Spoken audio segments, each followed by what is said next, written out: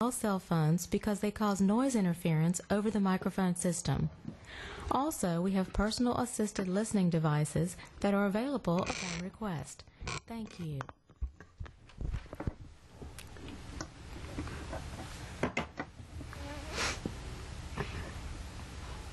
The minutes, this agenda is not correct either.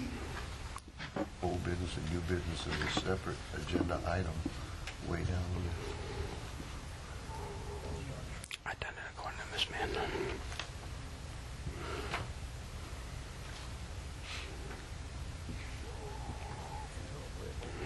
She said new business is what we take up.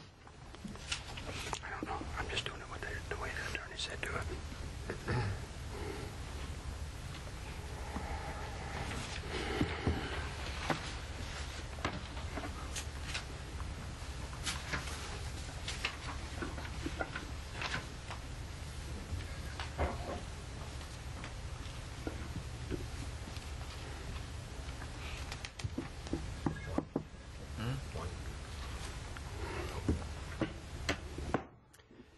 Will the order will come, Home Rule Charter Commission order, please come to order. Mr. Placid, would you say the invocation?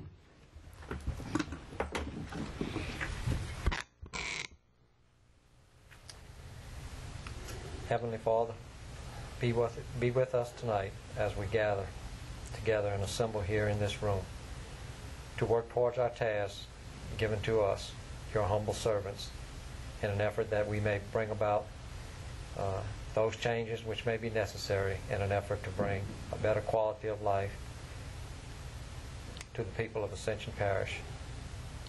Be with us here and give us the patience and the wisdom to carry out your duties and accomplish this task. We ask this in your Son's name, Jesus Christ. Amen. Amen. Amen. Ms. Terry, would you say the pledge?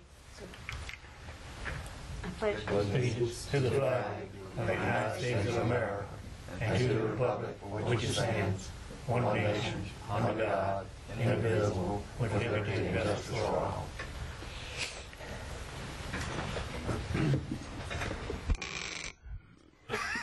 Ms. Cinnamon, would you do a roll call, please? Commissioner Kennedy? Present. Commissioner McGraw? Commissioner Sugar? Here. Commissioner Kulak? Here. Commissioner Leary? Commissioner Stewart? Commissioner DePlessis? Here. Commissioner Cochet? Here. Commissioner Ayo? Here. Commissioner Luke? Here. We have a quorum, so this will be a meeting. We now have a public comment sign-in now. Anyone wanting to comment on anything on the agenda, please sign now. You'll have 3 minutes to comment on it.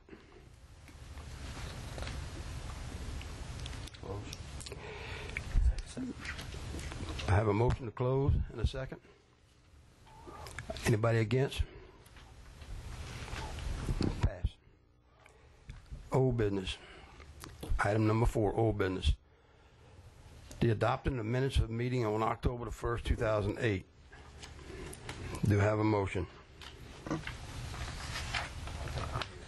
There was one.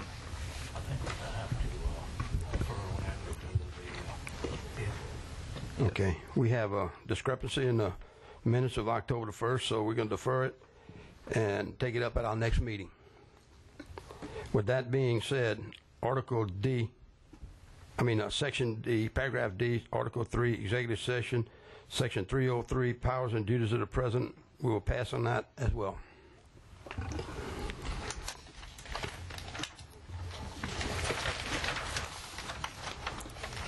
New business, number 5, new business. Tonight we will be discussing Article 3, Executive Branch. We had some discussion on some items and sections in this article, and we omitted a couple of the sections that some of the commissioners requested that we go back in and review. And the first one is Section 3-01, qualifications. It's now open for discussion.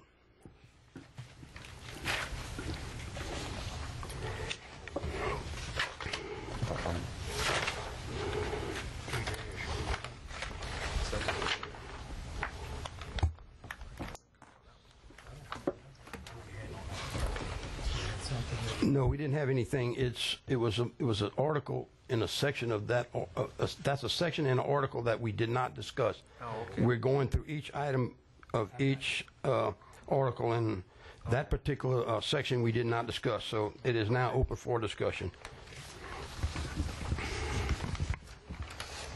And that is section 3-01 qualifications, and it's the executive branch.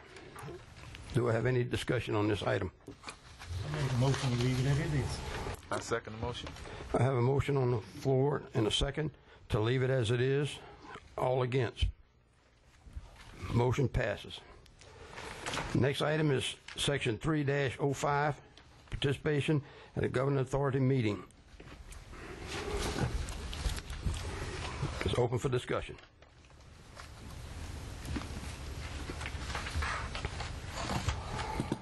Motion to leave it as is. Second. I have a motion on the floor to leave it as it is in a second. Anyone against it? No one against it. The motion passes. Next item will be section 306. Open for discussion. Paragraph A.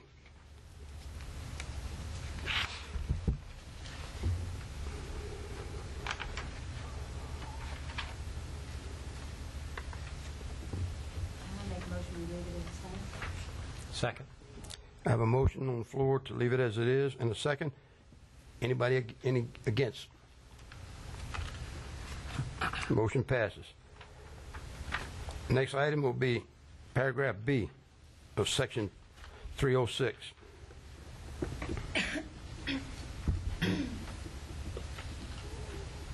Open for discussion. Motion to leave it as is. Second. We have a motion and a second on the floor to leave as it is. All in favor?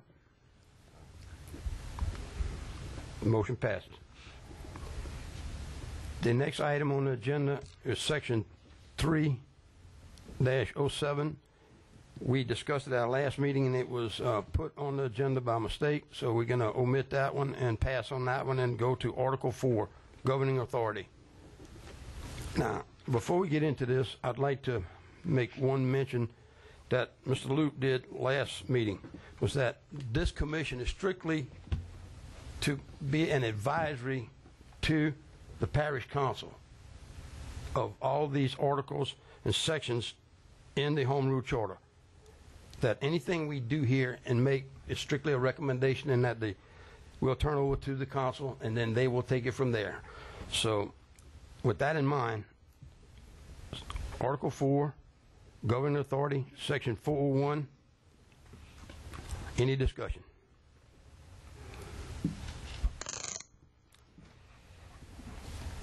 Any discussion? Open for discussion.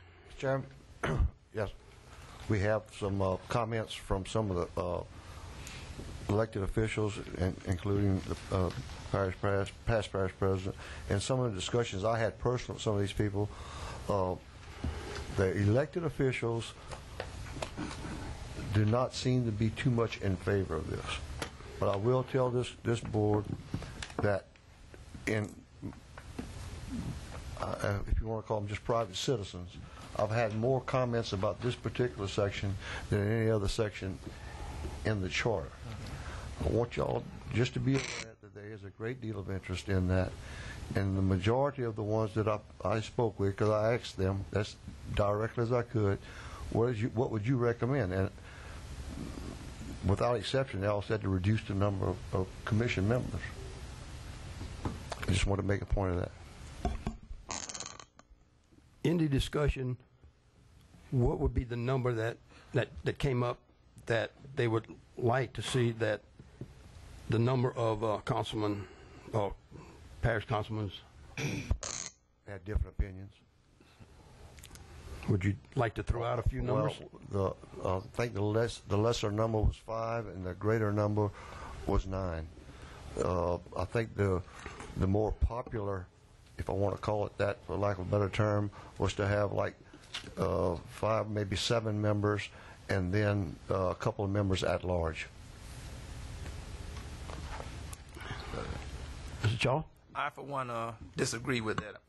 I think, to me, the parish is growing at so rapid until I think it'll be hard for the citizens to get equal representation if you kind of reduce the number of council members.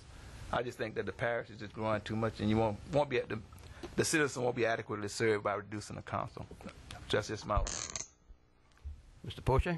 They will be equally served because you have to do a reapportionment, and it's done strictly by the numbers. So each council member would, in fact, represent the same number of people. There would be equal representation.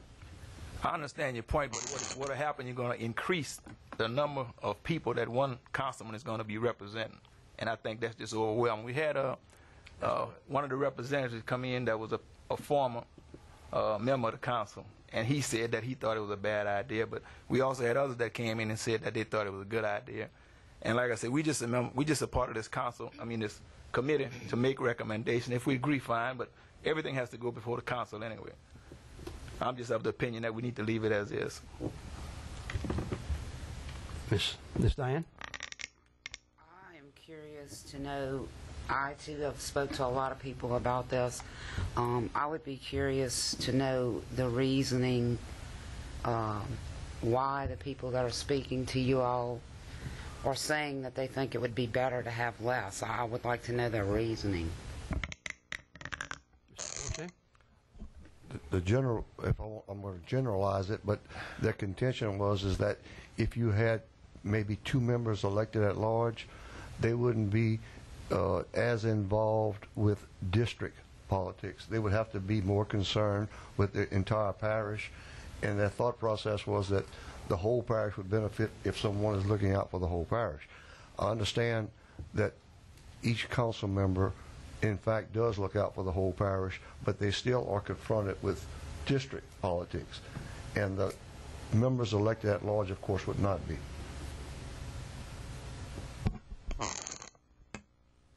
Ms. Terry? I too have had lots of contact with the citizens of the parish, who, the vast majority of whom say that they would like to see us have less. Most of them, to answer your question, Diane, say that it is because they think, or they perceive, that it is very hard to gather consensus among as many councilmen as we have. I'm very troubled by this one. I have mixed feelings about it. I think there are lots of reasons why less is better, but I'm also equally concerned about an at-large position, which I think has the potential to create a conflict between the council and the parish president. Largely because everybody knows that when these folks get on the council, most of them have ambition, or if they don't have it when they get there, they seem to develop it once they do. And I mean no disrespect to the people who do this job, because I certainly wouldn't want to do it. But it is, once they are there and they are struck with ambition and they want to be parish president, anyone who has been elected at large would be fully knowledgeable that he could, in fact, he or she, win at large, and might use that position to catapult themselves into the presidency. And it has been brought to my attention, some people felt that, and I tend to agree, that person might sabotage the efforts of the sitting parish president in order to further his or her own career. So I don't know. I have real mixed feelings about it. I welcome the discussion amongst these commission members. I think, to me, when you talk about an at-large seat, for the average person, it's a very expensive campaign for a member to go out and just try to get elected at large. And I think that's going to I think it could create more problems myself. I'm just of the opinion that we should leave it as is. Any more discussion?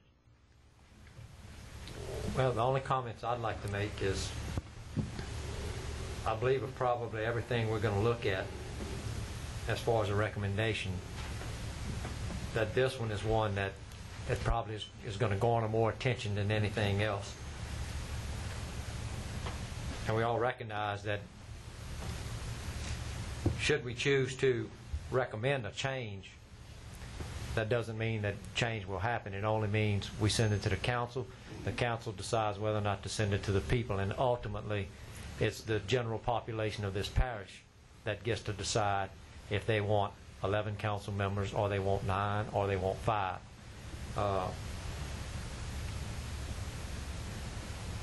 Obviously, since I've been absent for a couple of meetings and am a little bit behind on what's gone on so far,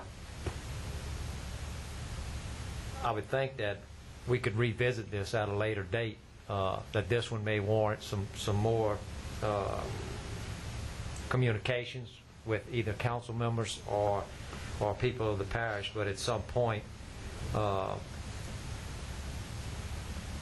if we want to move on it tonight, then that's fine with me too. I'm only saying, and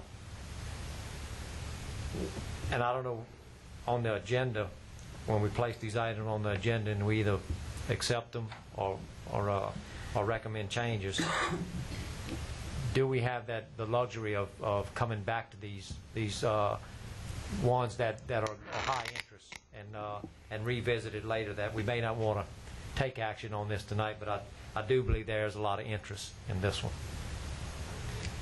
May I make a suggestion? Yes, I agree with Mr. Duplessis that this is a very, very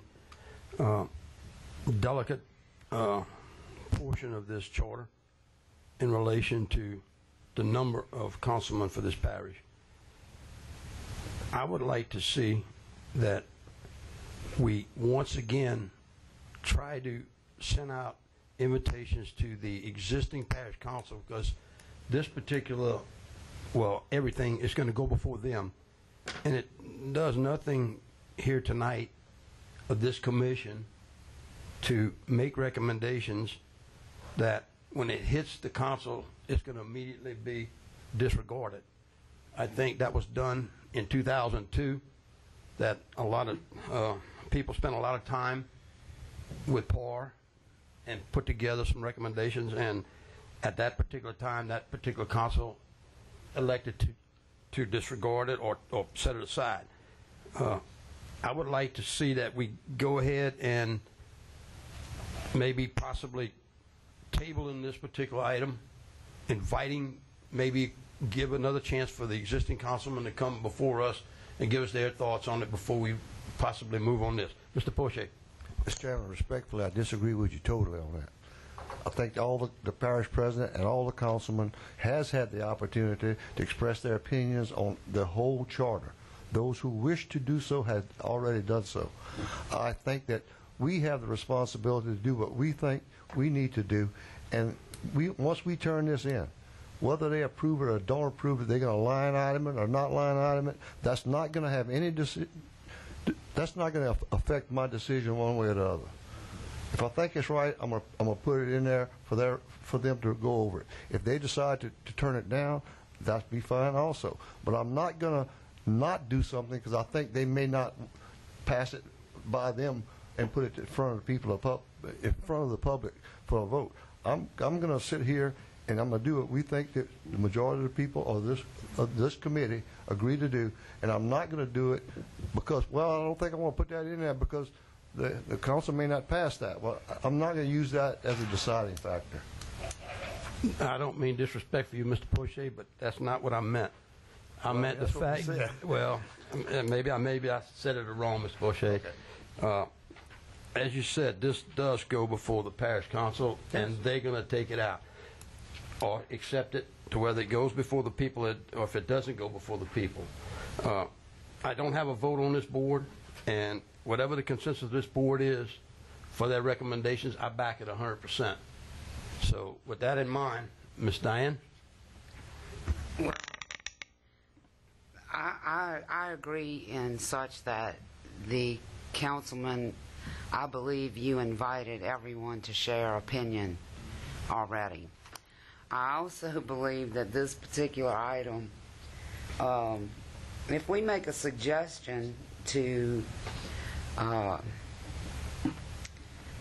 lower the number of councilmen, well, some of these councilmen are going to be without positions when election time comes. So, not to say that I don't value all of them's opinion, but on this particular item, I'm thinking, I don't think we need to do all that. I have questions about this, and I don't have an opinion on this yet. I have more questions than I have an opinion. If we have councilmen at large, okay, you know, already there's a struggle. The councilman situation is, I mean, it's always, there's always politics involved in this. If we have 2 councilmen at large, how is that going to work as far as, you know, when they start jockeying for positions? I mean, are they going to get paid more money? They're going to represent more people. Okay, I mean, we haven't got to compensation yet. I'm not trying to jump ahead. But, I mean, are these people, because they're going to represent the entire parish, does that mean that their seat is going to be of more value than the councilman that represents just a district? Are they going to be full-time people? Are they going to be part-time people? We all know, or maybe not everyone, that running for office has now become a very expensive venture. We are talking, and I hate to say it sadly, but I think much money is wasted. It costs a lot of money to run for office in Ascension Parish, which is what I know about. If I decide that, you know, I want to run for office and I can't come up with the funding to run, I mean, you're eliminating a lot of people the possibility to run for office. Now, if you're going to run for an at-large seat, well, then basically your campaign is going to line up the same as if you were running for parish president, because you then have to seek the support of the entire parish. Now, on the other hand, if you're an at-large, if I have 2 at-large members and I have a member representing my district, well, then I now have 3 representatives up here for my voice. Okay? So, I mean, I think there are a lot of questions about this that need to be answered. I'm just saying, it's going to open the door for a different kind of politics, which we're not here to really talk about the politics of it, but we have to, because we all know the reality of it.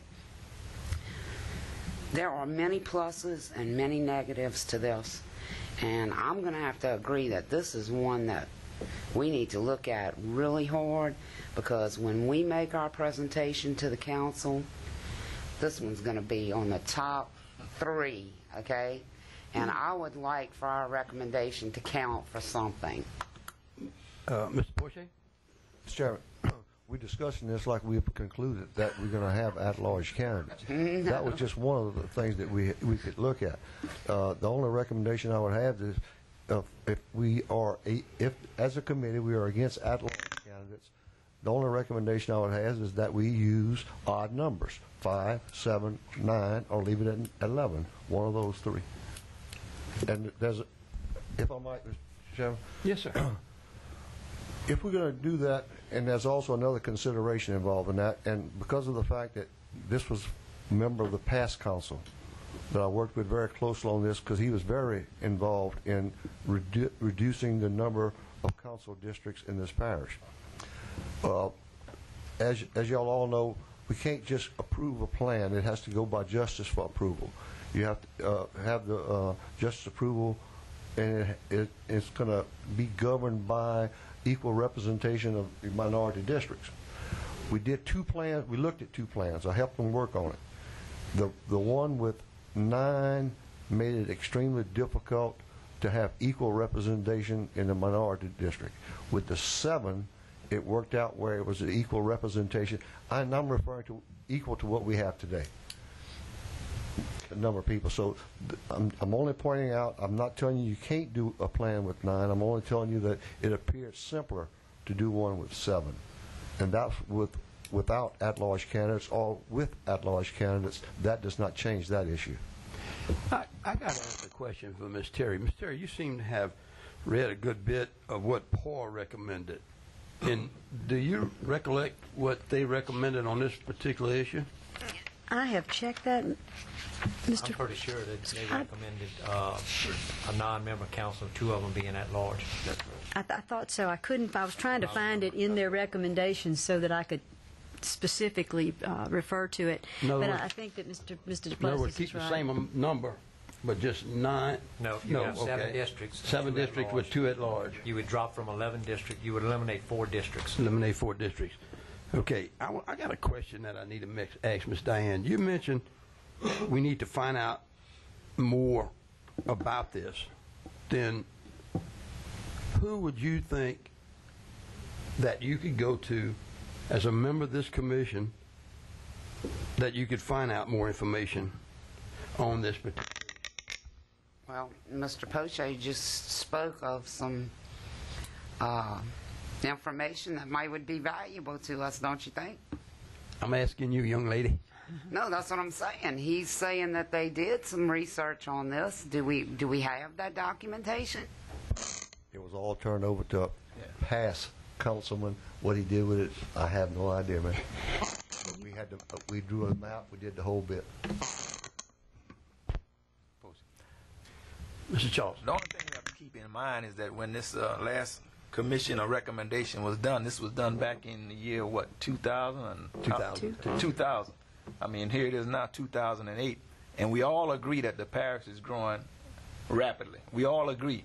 So you're going to take a document that was done 8 years ago and try to adjust it to fit today's standards. It's going to be kind of hard to do. Personally, I understand that this is going to be a hot topic for this commission.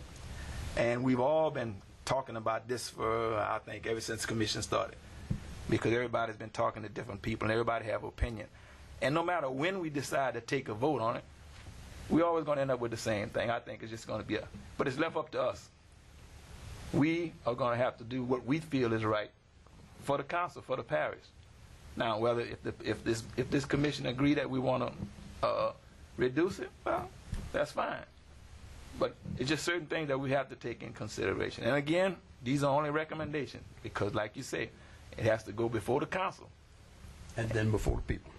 And I'm of the opinion like you. I mean, if I'm on the council, there's no way that I'm going to vote to reduce from 9 or 11 to 7. No way. So, I mean, I think we need to look at all this and look at it real close before we even take a vote. With all of this in mind, what is the consensus of this board? Mr. Chair. I do want to say that I'm going to vote my conscience on this. Right. What I believe would be in the best interest from and hopefully it will reflect what I hear from the citizenry more than what I would hear from the council. And so I'm inviting anybody who wants to give me a call and give me an opinion on it to do so in the public. That to me is where my best information is going to come from, and I've had some phone calls, lots of them, and I'm looking forward to some more now that this issue has really come to the front. And I invite people to let me know, and any other members of this commission, what they think. Also, too, Ms. Terry had some calls in relation to this issue. Has anyone else been having any calls or contact on this issue? Yeah, but of course. I just wanted But of course. Okay. Well, I'll put it in the form of a motion if we need to, but at this point I would just recommend that we defer on Section 401 and move on to others that I think we can get by with and fall back on this one at a later date. Mr. O'Shea? Mr. Chairman, I'll second that motion with the stipulation that it be on our next agenda, and for us to take action on it on our next agenda. We have plenty of time, ample time. If anyone wants to contact us regarding this subject matter, they will have ample time to contact us between now and our next meeting. If that's okay with your motion, sir. I think No, I wouldn't line it up with a time frame. We've got till the spring to make our recommendations, and I don't know why we need to be rushed into deciding on this. So Mr. Porsche? you make your motion, I'll withdraw mine. Well, this is not an issue that we're rushing into. This is an agenda item that we all knew was going to be this way. I think all of us have given it consideration in the past. I don't know that all of us are prepared to vote on it tonight, but I think it's an issue that we need to get behind us. I don't know that prolonging this to any great extent is going to be any bit more beneficial than from now until our next meeting. That's my opinion on it. Okay, do we have a motion on the floor? We have a motion.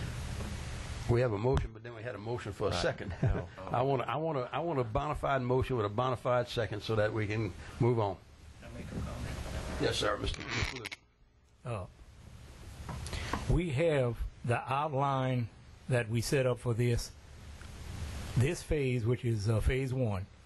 We only make recommendations and we only vote on recommendations on the commission only.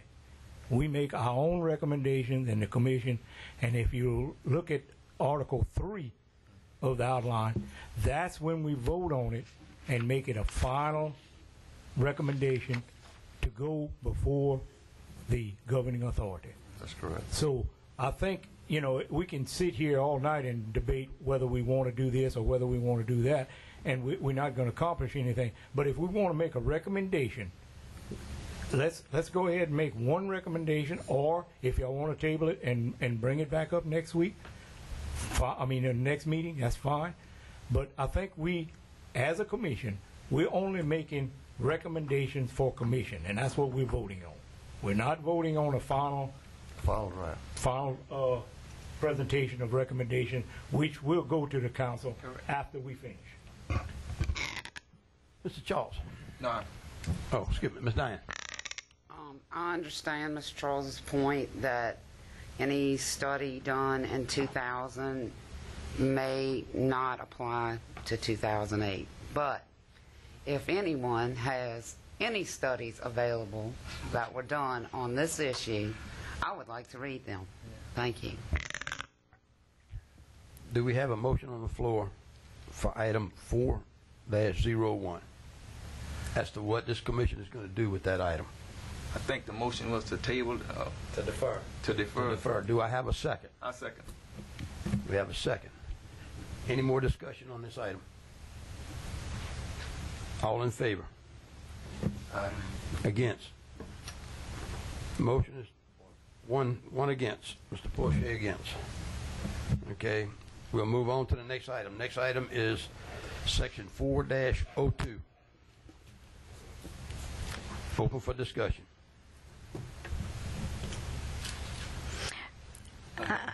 I think that one has to be, It has two of them, so paragraph A. wouldn't it have to be deferred until some decision is made about 4.01?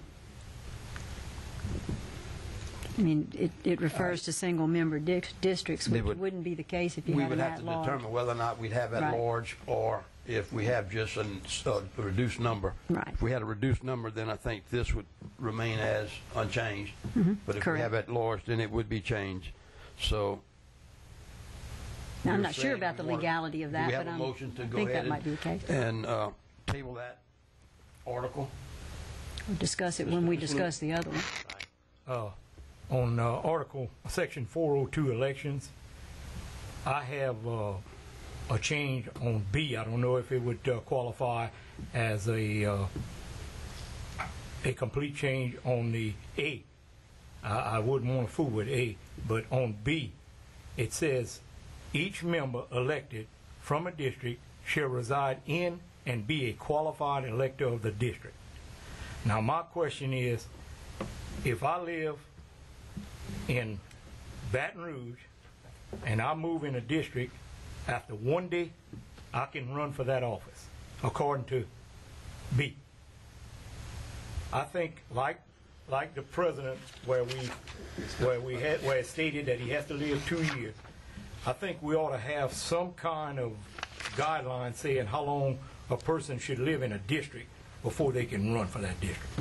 Sure. And my suggestion, and this could be put in as just a recommendation now, and this could be put in later on, each member elected from a district shall reside in and be a qualified elector of the district for a minimum of 6 months. And that is my recommendation. I would think that this also would have to be, depending on what we determine on Section 4-01, would affect Section 402, Paragraph A and Paragraph B. I would think that we'd have to make a decision on 401 before we can make a decision on 402, A and B.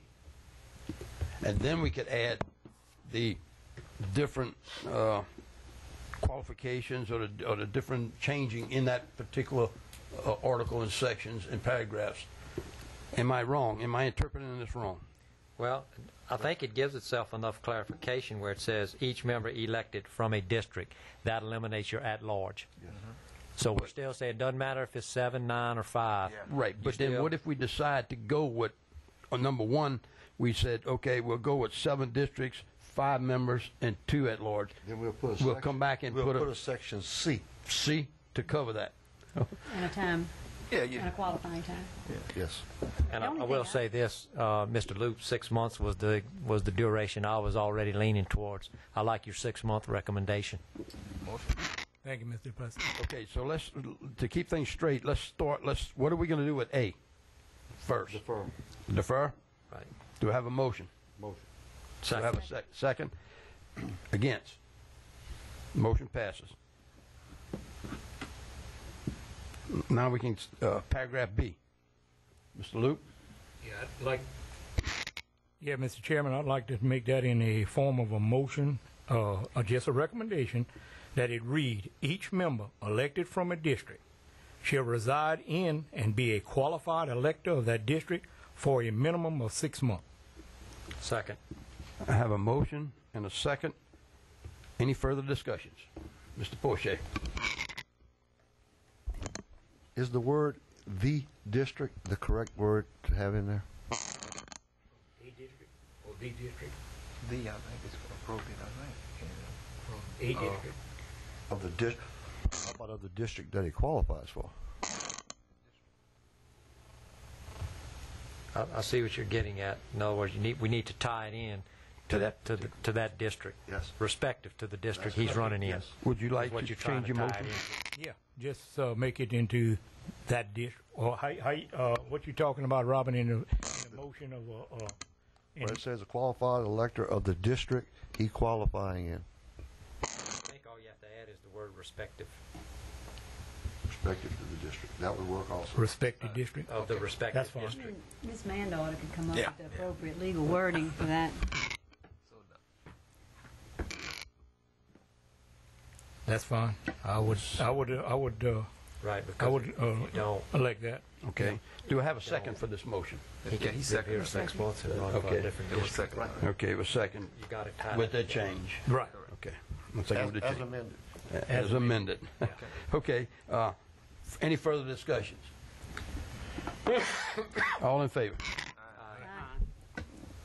Against? Motion passes. Next section would be 4-03. Open for comment.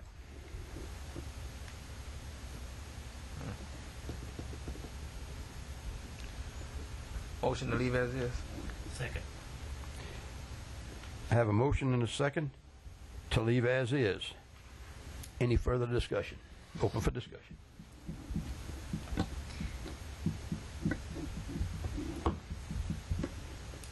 I have a motion on the floor. All in favor? Aye. Against? Motion passes. Section 4-04. Paragraph A. Open for discussion.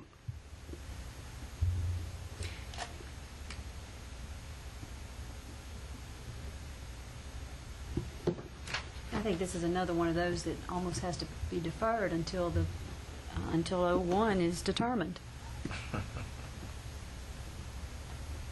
Why? Because at-large may have a different salary issue.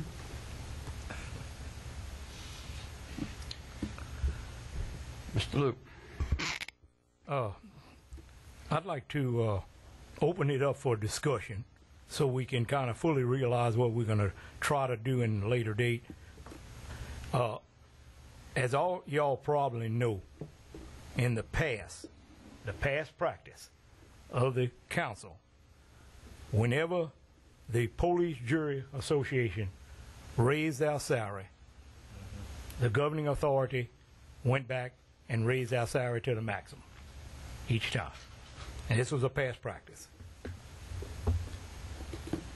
I think, in my estimate, I'd like for y'all to discuss it with me and give me y'all 2 cents. I'd like to see the councilman get something like a cost of living raise where they can't come in and just because their salary goes up from, I'm going to just use this, $1,200 to $1,800 a month, they can't come in and make a motion that their salary goes up to $1,800 a month.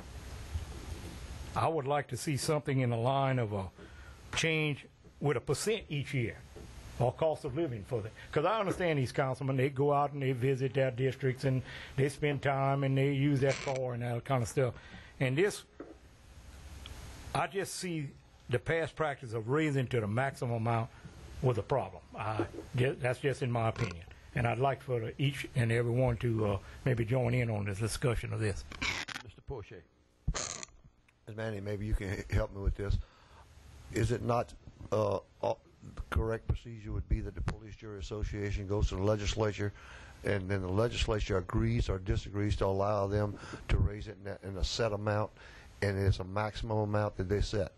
Yes, that's correct. And most recently in the last session, the Police Jury Association was able to lobby and get the salaries raised from $1,200 a month to $1,600 a month.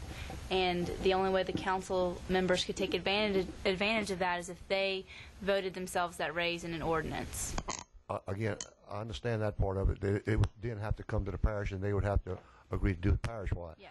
But when it passes the legislative session, it has a maximum amount that they can receive. Is that not correct? Correct. You understand what I'm saying, Mr. Luke? Is that it's not clear to me that we can supersede that particular maximum. If they go to the, what is it now, 1,600, then I don't know if that wouldn't be the maximum that they could receive. I don't know that, Mr. Luke. I'm telling you that's how I believe Right, it. yeah. Maybe in the discussion, the change. Under the Home Rule Charter, we can actually exceed the amount voted on by the legislature for police jury, because we're no longer a police jury, we're Home Rule Charter with council members. But it just so happens when the original charter was drafted that they wanted to keep in line with That's what police jurors are making. Correct.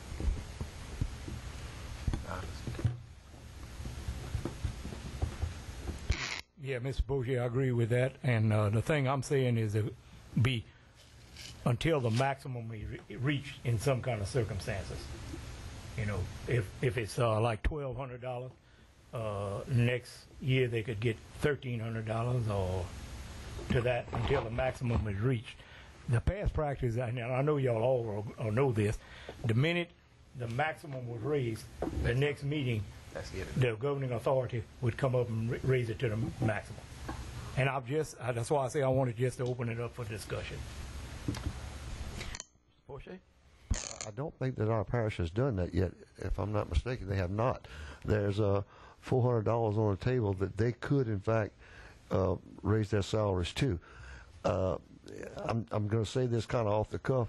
I have reservations as to whether or not they'd want to go at this 1 year at a time, take one bite of the apple and let it do for all, is my opinion, what they would prefer to do.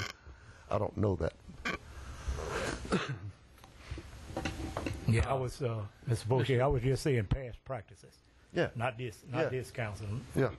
Mr. DuPlessis?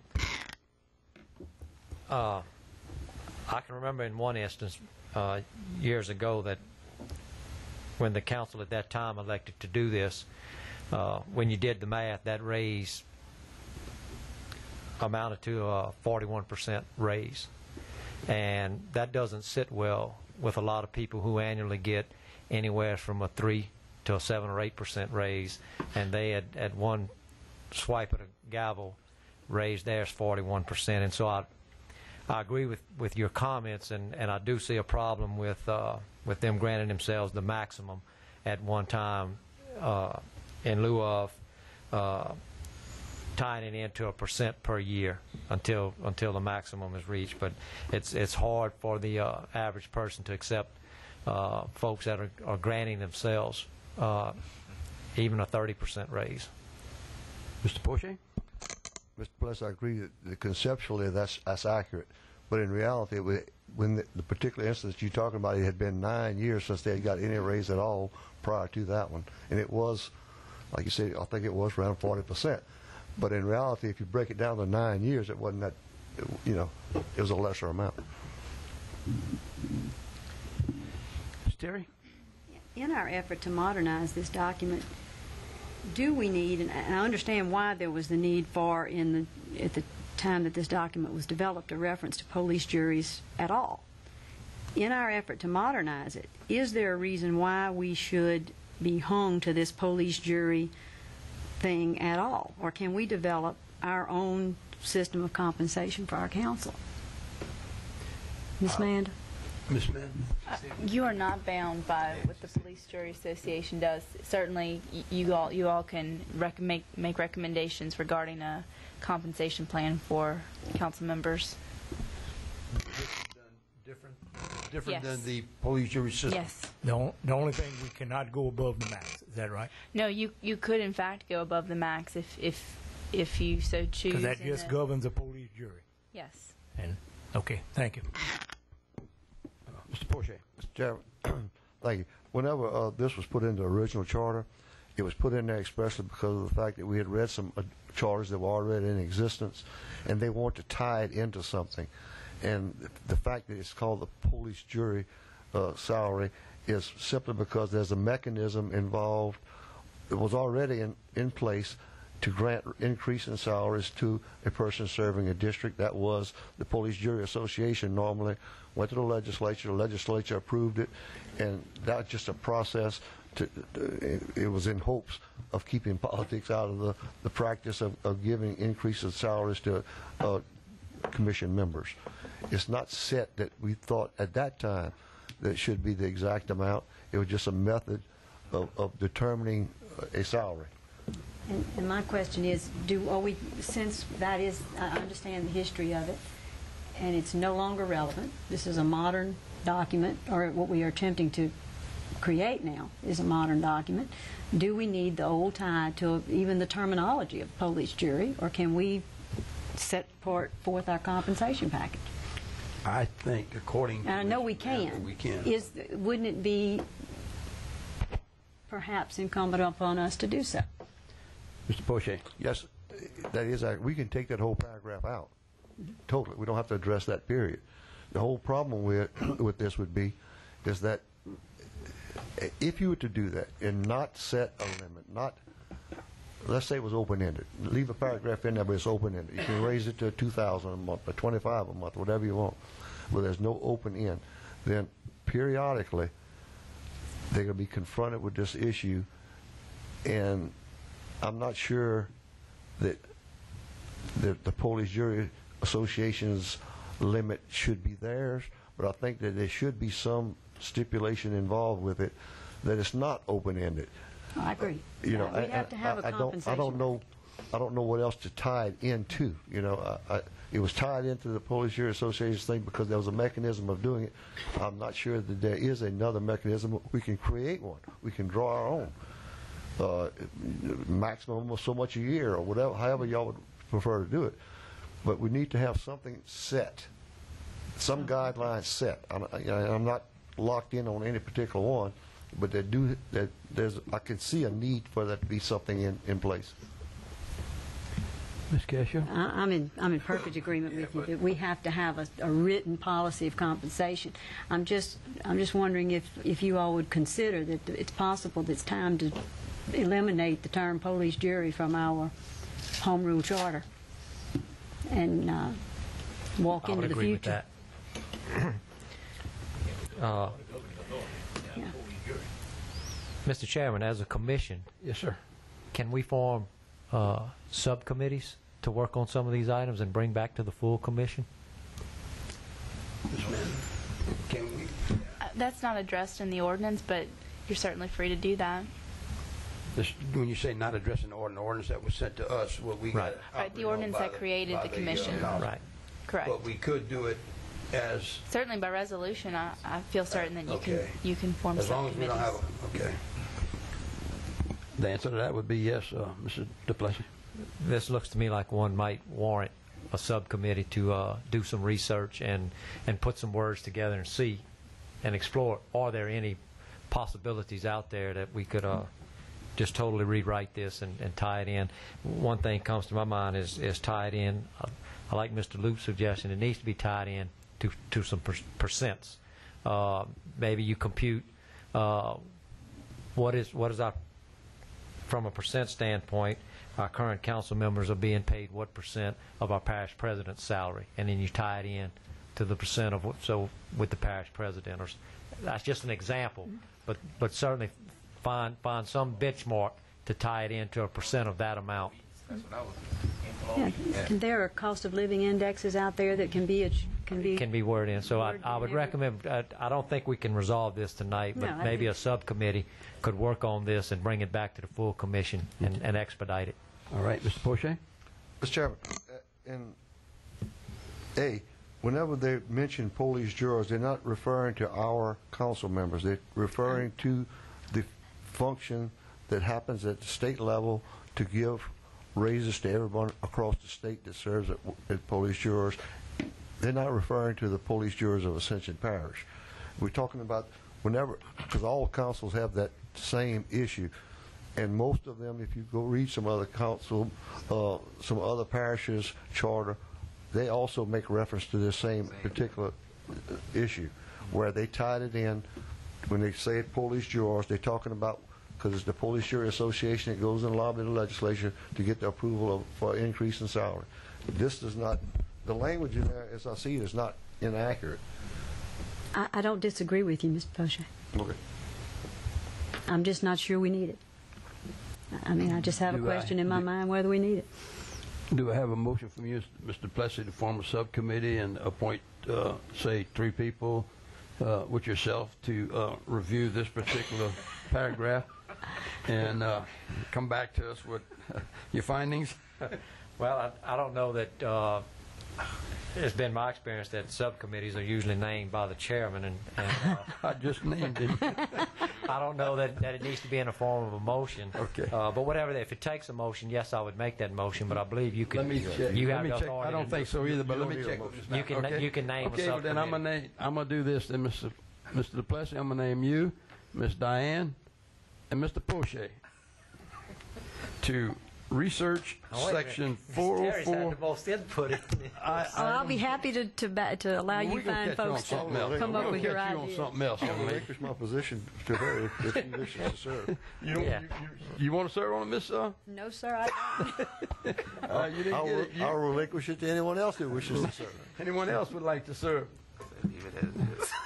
You stuck with it, Mr. Poche? Excuse me, sir, but you did not ask me if I would like to. Well, y'all gave me the power to appoint, so I appointed. I'm sorry I wasn't here for that meeting. I wasn't appointed yet. I did not give you that power. No, the commission did.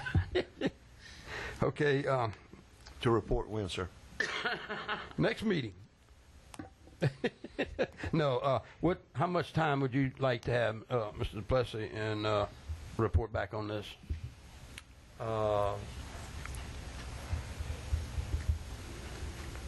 Okay, we have our first meeting of November. Are we going to have 2 meetings in November? Just as long as we didn't maybe conflict with Thanksgiving too bad. I think so. It would be basically the consensus of this board. I would like to see if we can possibly have 2 meetings in November. We have 2 meetings in November because I would like to finish this thing by the first of the year. Okay. To turn it over to Ms. Manna to go ahead and draft it up to where we can have this thing drafted up to where we can give it to the full council on even actually a little bit ahead of time. Yeah. With that said, I'd offer we try to have something to bring back to the full commission in the second meeting of November. You said it. You got it. Okay, we're going to move on to section 4 4-04, paragraph B.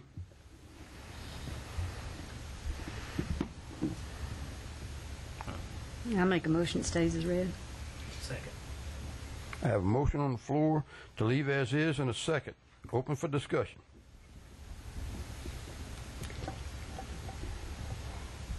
Do I have a motion and a second on the floor? 1 second, Mr. Chairman. Oh,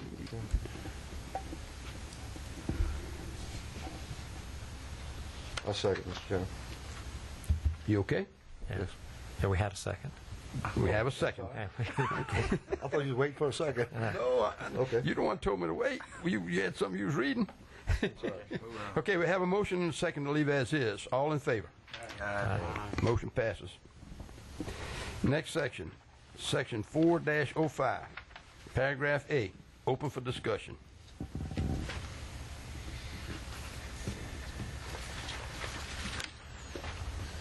Motion to leave as is.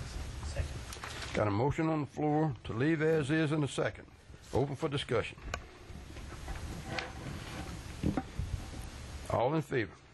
Aye. Aye. Motion passes.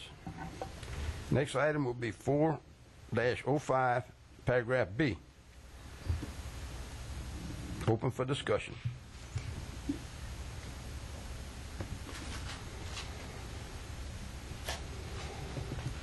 I make a motion we leave it as is.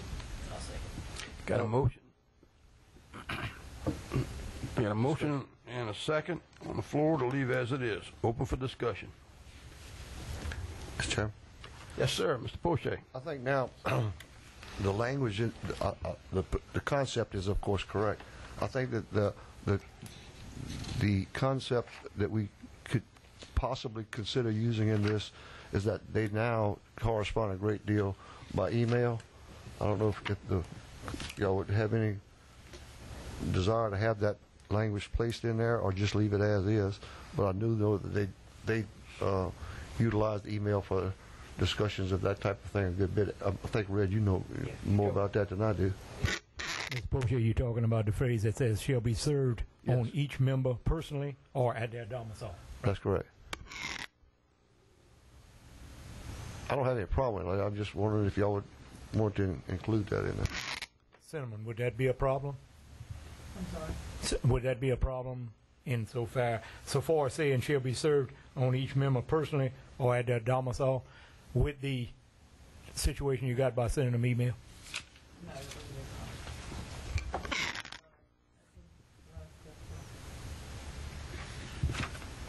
Okay. Okay, I have a motion And a second. and a second on the floor.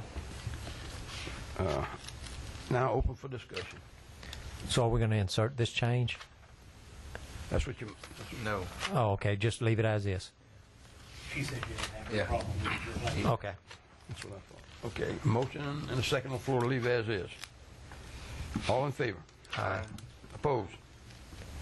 Motion passes. Next item is going to be section 4-06, paragraph, just section 406. No paragraphs. Open for discussion.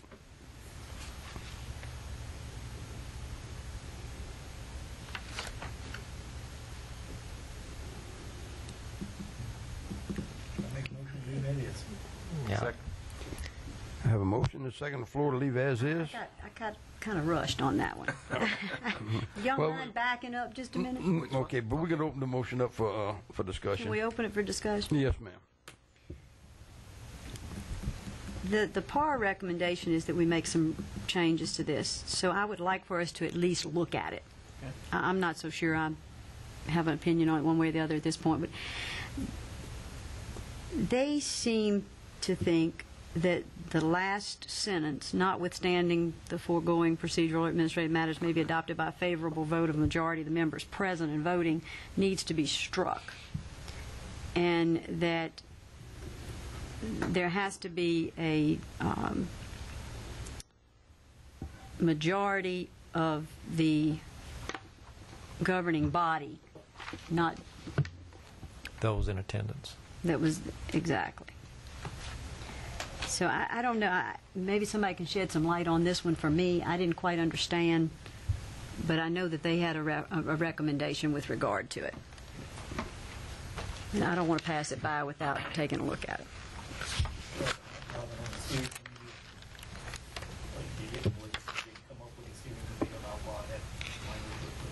I don't have any knowledge of that. I would be interested in knowing the reason to take it out. Well, what they recommended, if I may, is that it read, all votes by the council shall be based on the authorized membership.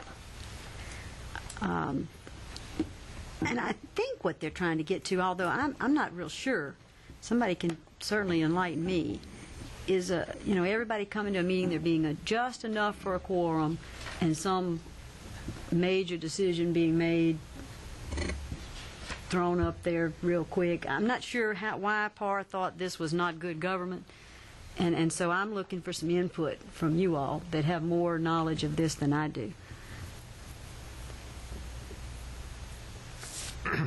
Okay, so in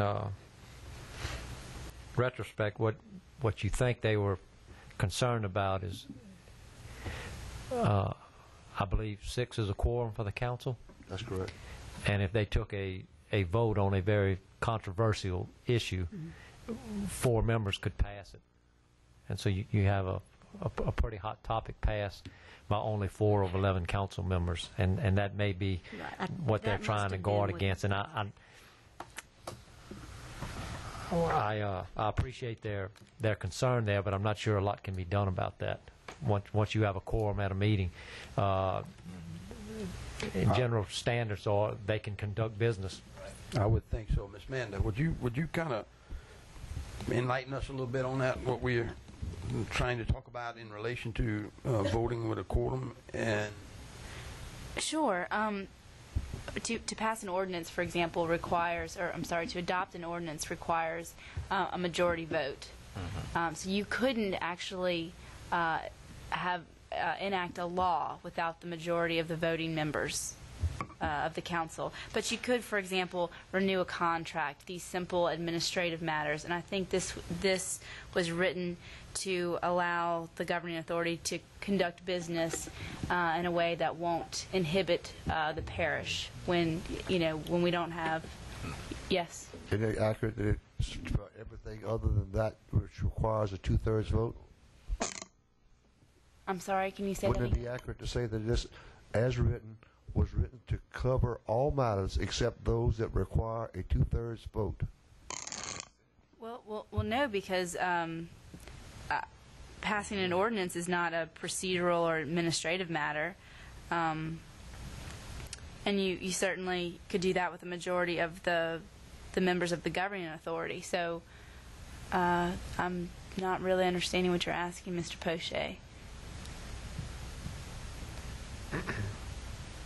But it is my understanding. Except where a 2/3 vote's required. Yeah. Right. But in relationship with that last sentence, I think I'm sorry, I'm just not understanding you. Can you try that again? I think as written, it covers everything, and the last paragraph to me is just possibly Maybe clarifying what they can and can't do. I don't think that there's any. I personally see no reason to take that out of there. Okay, I'm wondering, just having really thoroughly looked at it now, along with some of your comments, that perhaps what they are inferring is that last sentence is redundant. It's just an unnecessary sentence. Could I be right on that, Lindsay? Well, to me, the first sentence addresses the simple majority. Then we discuss the 2/3 vote. In that last sentence, and the first 2 sentences would apply to your ordinances when they affect law, in other words.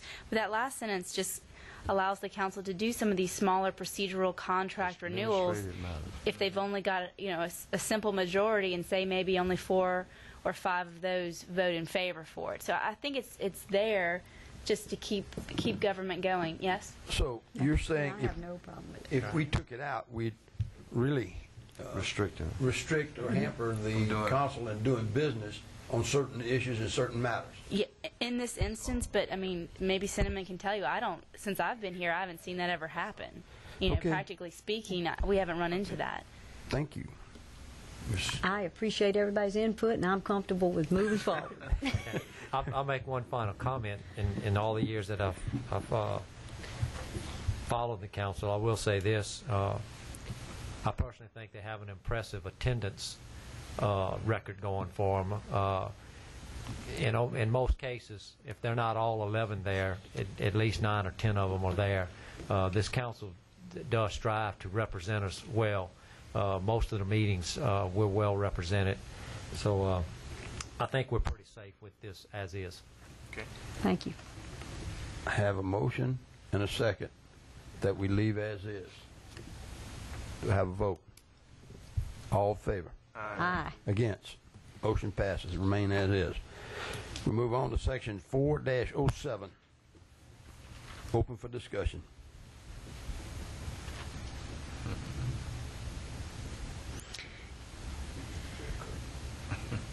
I'll make a motion we leave it as it is.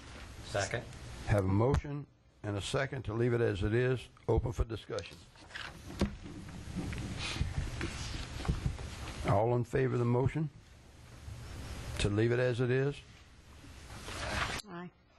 Opposed? Passes. Motion passes. Next item will be section 4-08. Open for discussion. Mr. Poche. That's another one of the areas that I have had some voter input into.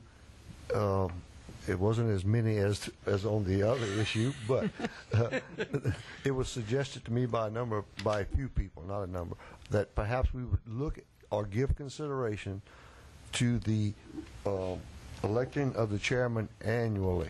Currently, as it stands, he's elected for a 4-year term. It's just open for discussion. Any other comments? Anybody else would like to comment on that? Well, this might be the proper time to throw this out there because a conversation I've had with at least one of my neighbors was maybe something else that would help in using Ms. Diane's references and taking some of the politics out is, we've talked a lot about these at-large councilman elections, is that we let the voting population elect their chairman and let him be an independent person. You still have your 11 council members, but the people vote and elect a chairman of the council. That's just a thought for discussion. I'm not for or against. I'm just merely throwing something out there that he's not influenced by the parish president or the council. He's answerable strictly to the people. I'll point out to you, Mr. Plessis, there's a large cost factor in what you're referring to. A large cost factor, because you couldn't have that before the people until after the council was in fact elected. And there would be no other called election at that next period in time. If you call an election for that, for the voters to elect the chairman, we're talking about a pretty good expense. I'm not talking about one of the 11 being elected as chairman by the people. I'm talking about a 12th person. That wasn't very clear. I'm sorry, misunderstood. Sorry about that. In other words, you would say instead of electing in other words, the chairman would be elected at the same time all members would be elected. And he's at a total disconnect to the rest of the council. I would be willing. I'd really be interested in finding out if any other parishes does that kind of format. None of the charters that I read have that. I didn't read it either. I mean, I'm just like Mr. DePlessis say, discussing it and talking about it. I see it to be problematic. And more than likely, I say just food for thought. And Yeah, I I see think this it'd as be my only problematic. opportunity to insert this suggestion, and I'm Okay. carrying out the wishes. I don't think that would be a good idea myself. I just don't see that. In one sentence, earlier we talking about reducing the council. Now we're talking about adding the, Then this would be, to me, would be in Elected by the conflict. Yeah, this would be in conflict with the parish president, because then you would have two people elected by the electoral vote, by the voters, and which one then would be Well, tend to have more power. One's a parish president, I know one's a chairman, administrative and one. and also, I think that, just my opinion only, that it should remain the way it is. I think it serves as a good purpose the way it is, and if the councilmen themselves are not satisfied with him, it gives them an avenue where they can get rid of him. Mr. Luke. Thank you, Mr. Chairman. In my opinion, I think the governing authority have all been elected by their constituents, and they have enacted the power of them to go ahead and elect a chairman for themselves. And I think that it's covered pretty clearly in that chairman shall be subject to removal by 2/3 vote of the members of the governing authority. And so they put him in, they can take him out. right. Yes, I do too. I think so too. Any further discussion? Mr. DePlessis. Well, in thinking about what Mr. Poche recommended is 4-08 does not really cover that he's to be elected for the full 4-year term. It's not even addressed. So we can, we probably need to, if the majority's in agreement, 4 years is good, we need to insert that language, or if 1 year is a recommendation. And I would, personally, I would probably lean towards they at least look at that at the end of each year. If the guy's done a good job, or she, they shouldn't have any trouble getting reelected as chairman. Ms. Diane. I would like to see the chairman position come up for renewal annually also. Any further discussion?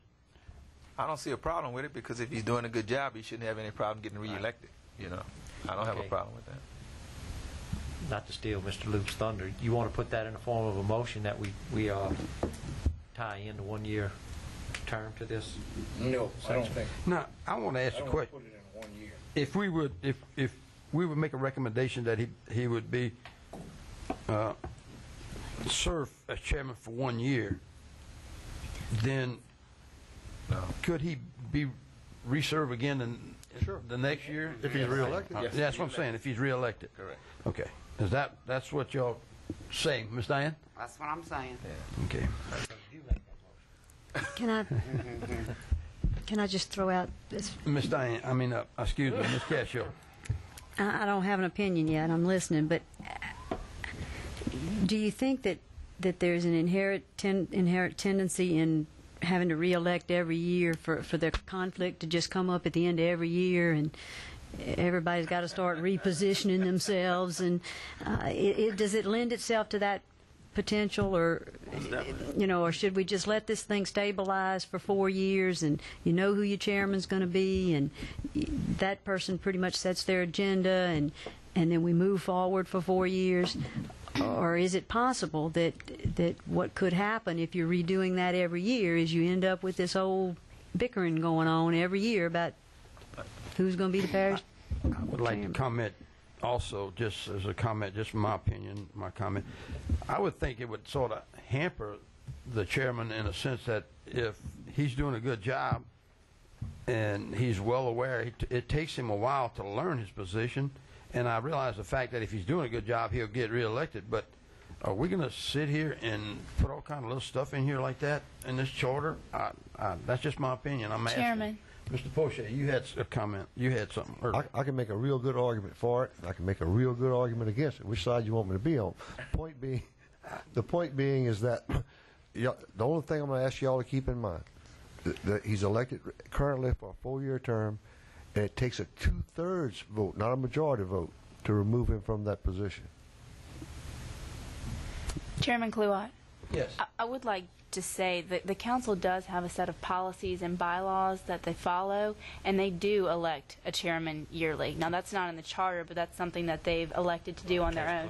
It might not be something you want to put in the charter. But it's not covered in the charter. No. Right. So and you might decide that's the best thing to mandate that they do that in the charter, but on their own, they're kind of, that is something that they have elected to do, and you might consider letting them continue. So they have a set of bylaws that they work by. Yes. Yeah, I apologize for not knowing that. I'm sorry. I apologize too, not knowing that. Then, But that's not a mandate. Yeah, It's not, it's right back. right. They use that as a goal. And the rule of thumb, that's what they use. Yes, that's correct. That's correct. I'll make a motion, we leave section 4-08 as is. I have a motion and a second to leave section 4-08 as is. Open for discussion.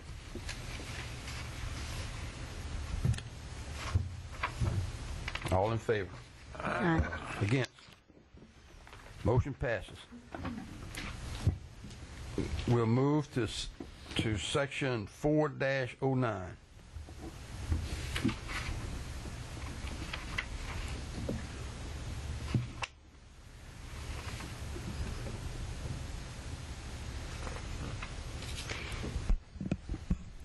I think this one goes back to my originally tabled discussion of our last meeting because it's tied into it, and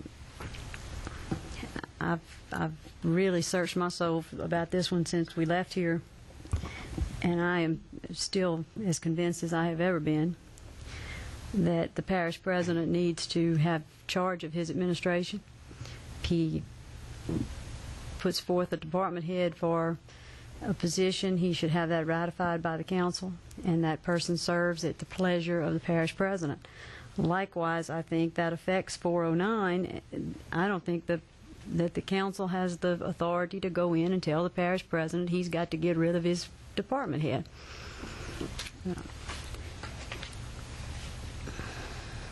Currently, they do. Pardon? Currently, they do. I know, but I don't think they should. So I would like to see that thing struck. Well, do we have any more discussion on the matter? And I think that's because I'd like to see a separation of administration. There is checks and balances in our charter, and there will continue to be.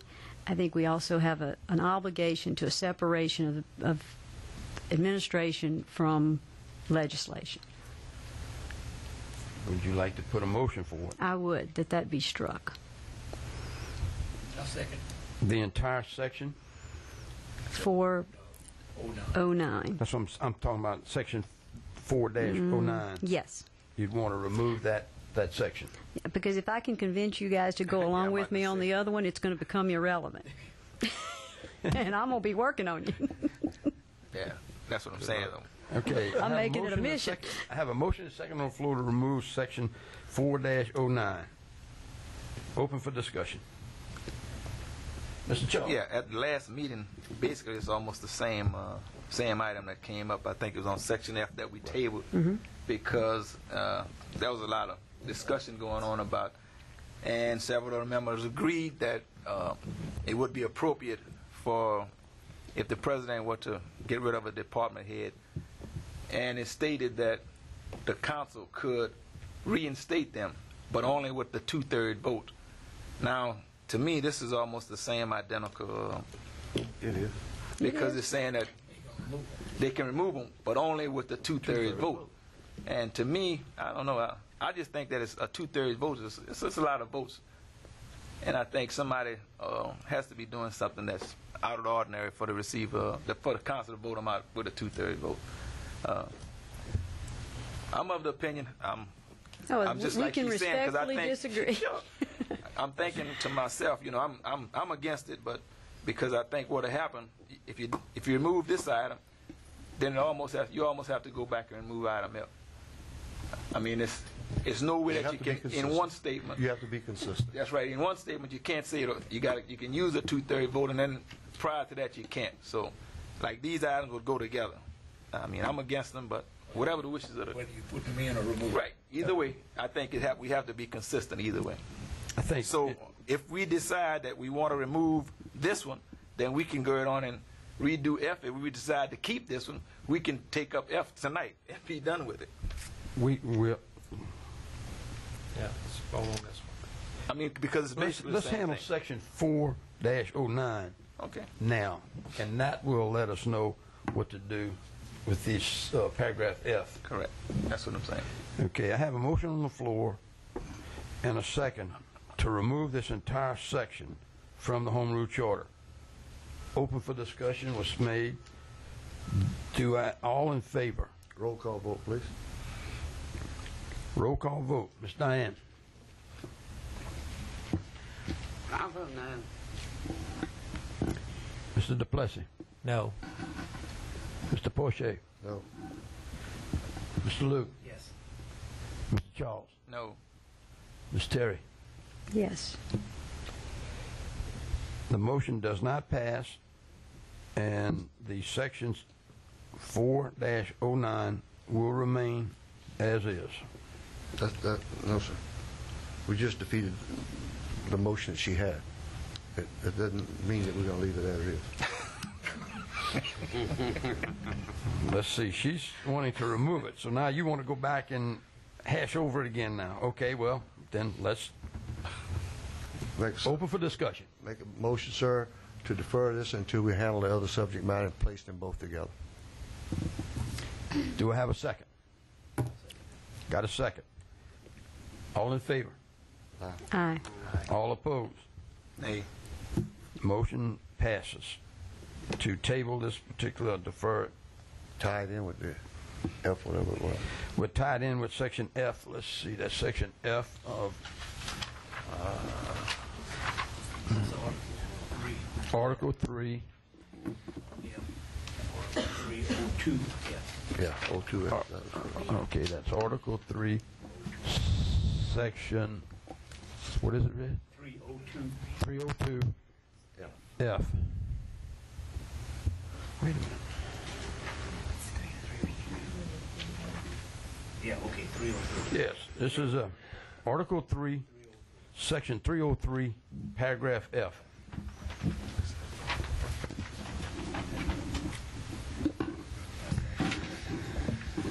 From next section will be Section 4-10.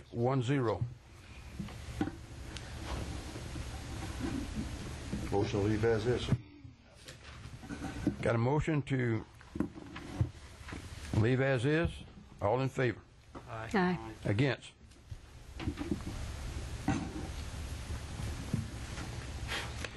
Section 4-11, open for discussion.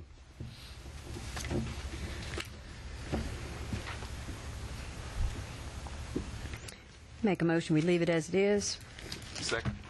Got a motion and a second to leave as is, open for discussion.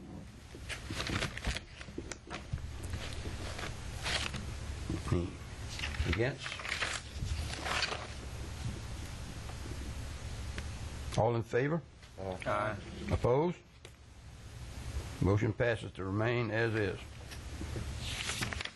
Section 4-112, paragraph 8. Open for discussion.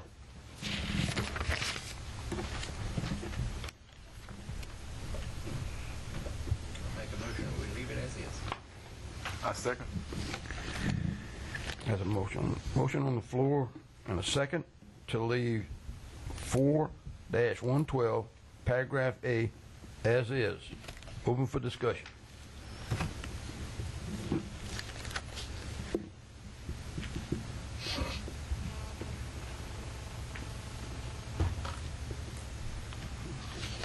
Opposed? Against the motion?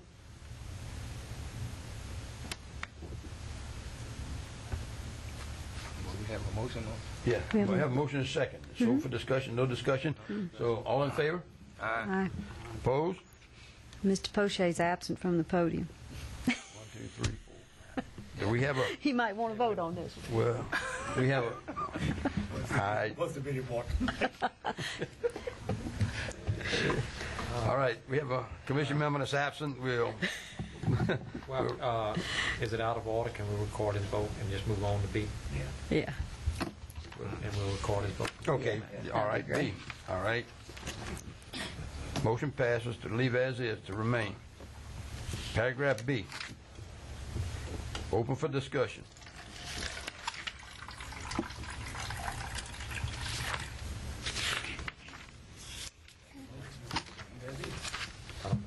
Seven years. Got a motion on the floor to leave as is. Do I have a second? I'm trying to find seven. A second, yeah. Have a second. Open for discussion.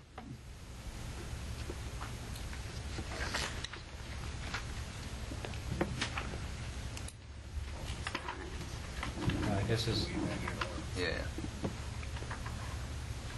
we would just take a quick peek as to what Article 7 covers, which is basically the financial operations of the parish, I think we'll take care of that which has been fairly well. when we'll get to that, Okay. if, I think. That's just Okay. All opposed? We're on B. Motion passes. We pass this? Yeah, but we want to record your vote. We didn't want to leave you out of A. Yes. Okay.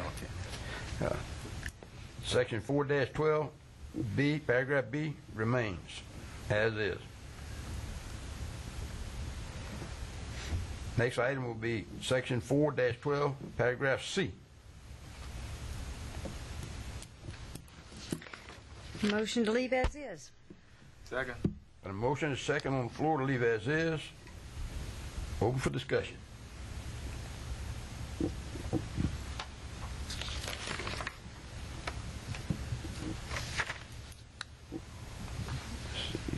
Mr. Poche. Currently, we have major drainage that's not under his jurisdiction.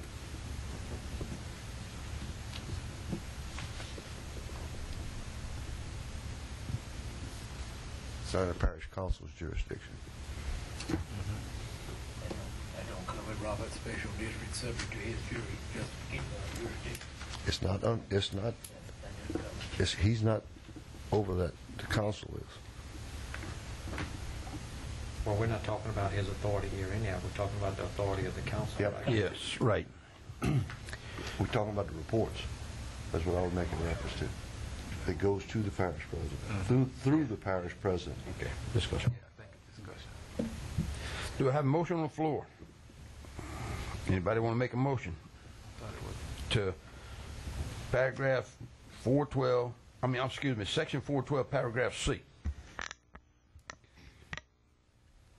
Ms. Diane? I would like a clearer understanding. As I'm reading it, we are discussing the powers of the governing authority, not the parish president. But it- Right. it addresses Yes, ma'am. him in section And it C. says which reports shall be submitted by and through the parish president.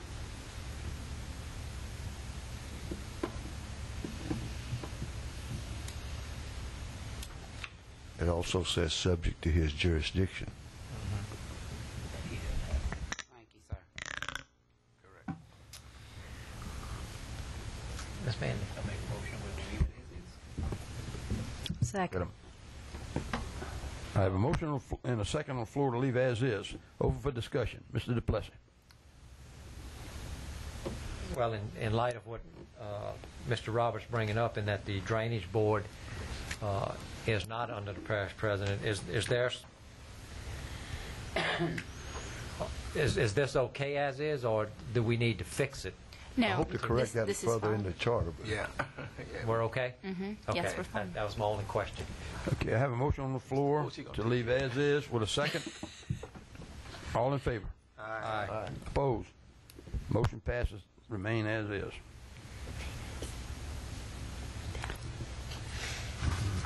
Section 412, paragraph D. Open for discussion. Looks good to me. I make a motion, we leave it as it is.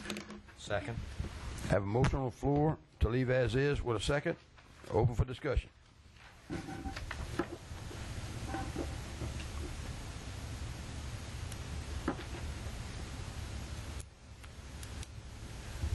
All in favor?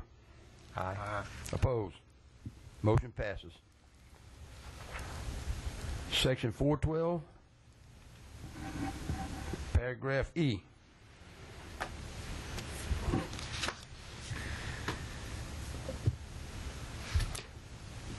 Mr. Luke.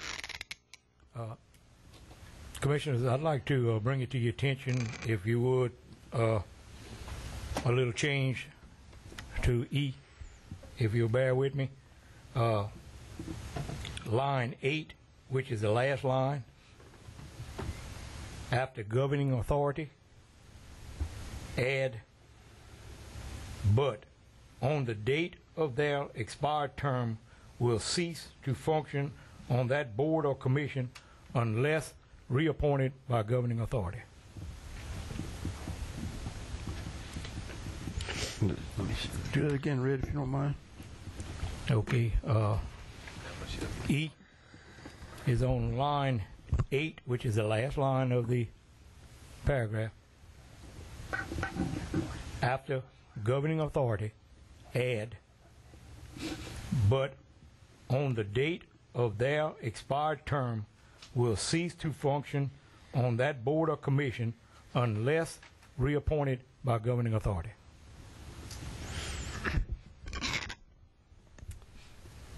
Ms. Terry.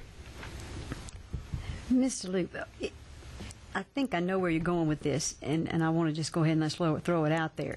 I think it's an issue in the parish that it's hard to get people to make appointments when they need to make them. And get everybody to the personnel committee and get everybody reappointed to boards and commissions. And I think where you're trying to go with this, correct me if I'm wrong, is that you're going to force them to make their appointments or their board's not going to function.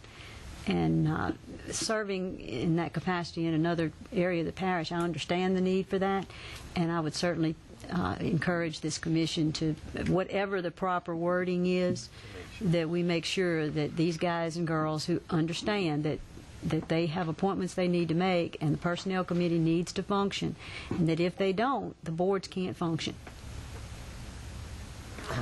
Mr. Poche. I would ask Mr. Loop if he would consider leaving that as written and add another sentence to at the end of it to include. I agree with what he's trying to do. I just don't think we ought to change that language that's there now. I think you need just to add another sentence at the end of that. Pretty sure Mr. Manley could take Leave it like governing authority. Yes. She'll report to the parish president. That's correct. I agree with your point being that we have commission members that, of course, commissions that expired and they served for a great length of time past then. I agree with you in that it probably should be addressed. Everyone knows when their term, the council knows when their term is going to be up. They can prepare themselves by being ready to make either reappoint that person or make a new appointment. I don't see a problem with that. You're right, Mr. Poche. Cinnamon, you can correct me if I'm wrong, but I think each one of the council members receives when a certain person is being expired term on their board, that they receive notification, right? No, not usually. You councilman. We have been doing that. Have been doing that. Yes. Right. So they know that they can get in touch with that person if they want to reappoint them, right? Okay. Thank you. Yeah. You gonna do your motion, or are you gonna just amend your motion? Robert, you want me to just put it at the end, right? That would be my recommendation, sir. Leave it as is and just add your language as another sentence on the bottom of it. Right. Just on E, after shall report to the parish president on the date of their expired term will cease to function on that board or commission unless reappointed by a governing authority. There you go. That's a substitute motion. Right. Do I have a second? No, there is a motion. Poche? Second. Have a motion and a second on the floor to change section 412, paragraph E, open for discussion. All in favor? Aye. Opposed? Motion passes. Paragraph F. Open for discussion.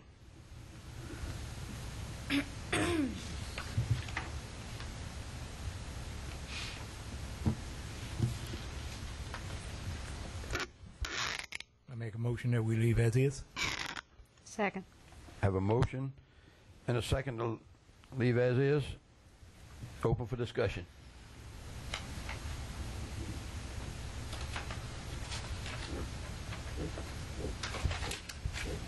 All in favor? Aye. Aye. Motion passes. G, paragraph G.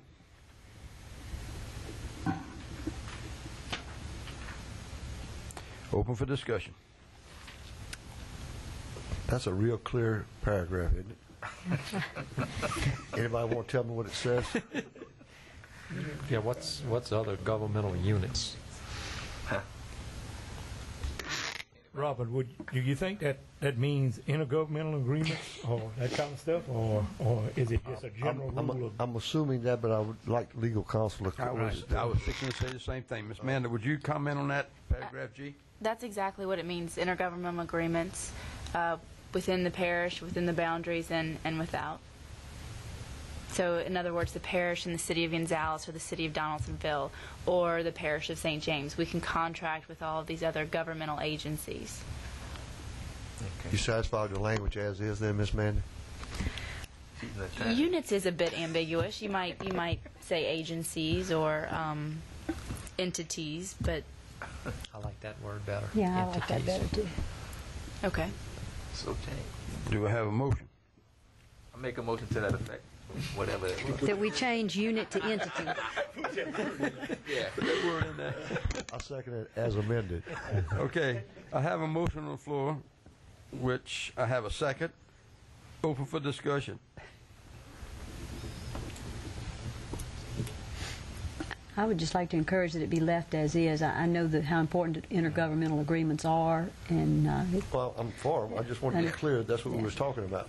Oh, wait, I now agree we with you. mentioned about changing some wording in there, right? with the exception of the word entity, I'm happy with it. That's all she's going to do. Oh, okay, all right. Okay, I have a motion on the floor. All opposed. Motion passes. Paragraph H, open for discussion.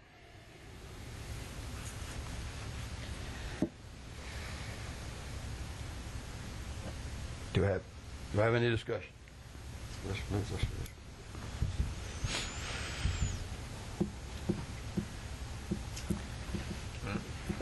Motion to leave as is. Have a motion on the floor to leave as is with a second. Open for discussion.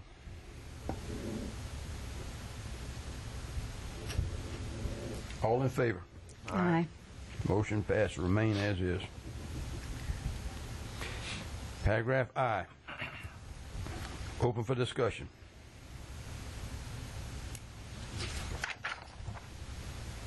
Leave as is. Motion.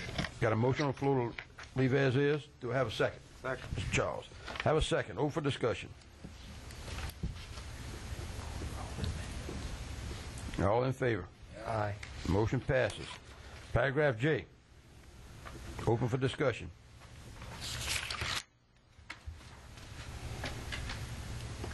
I'd like to have some discussion about this one. Please, sir. Ms. Terry? I'm just wondering aloud here if this is one of those spots where when you combine the legislative branch and the administrative branch in such a way as to make the whole thing ambiguous, when it says provide along with the president, I mean, what does that really mean? Along with the president, and maybe it's just a language issue. Does it? Maybe I'm just looking for clarification on this, Mr. Luke. I think, Terry, what you're talking about there is the president will prepare a budget, and the governing authority will approve the budget. And I think that's provided along with the president budgetary, fiscal, and other controls over special boards, commissions, agency districts, and other devices having governmental function. Ms. Manley, Is that what it says? paragraph states. I'm reading this paragraph and I'm having a difficult time with it as well. I do know that the parish president will prepare the budget and the governing authority will adopt or make changes to that budget. And if that's what this paragraph is attempting to say, you all might want to clear it up a little bit. And I do think that's what it means to say, but it definitely could be clarified. Mr. Terry, I want to ask you a question. What did Paul recommend anything on this particular paragraph? Yes, sir, I think they did, but I have not refreshed my memory on it tonight. I do have it highlighted as something they called attention to. And I think I can probably find what they recommended if you give me just 1 second. Yes, ma'am.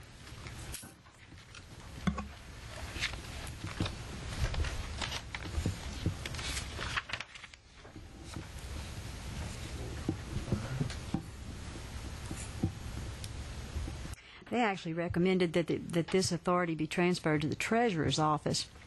Certain budgetary and fiscal controls over boards, commissions, agencies, and districts.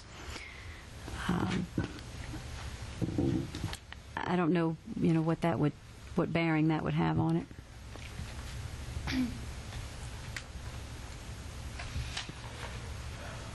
I would like at this time to appoint a committee with Ms. Terry, Mr. Charles, and Mr. Luke to research that and bring it back to us. Would that be possible? Yeah, absolutely. Yeah.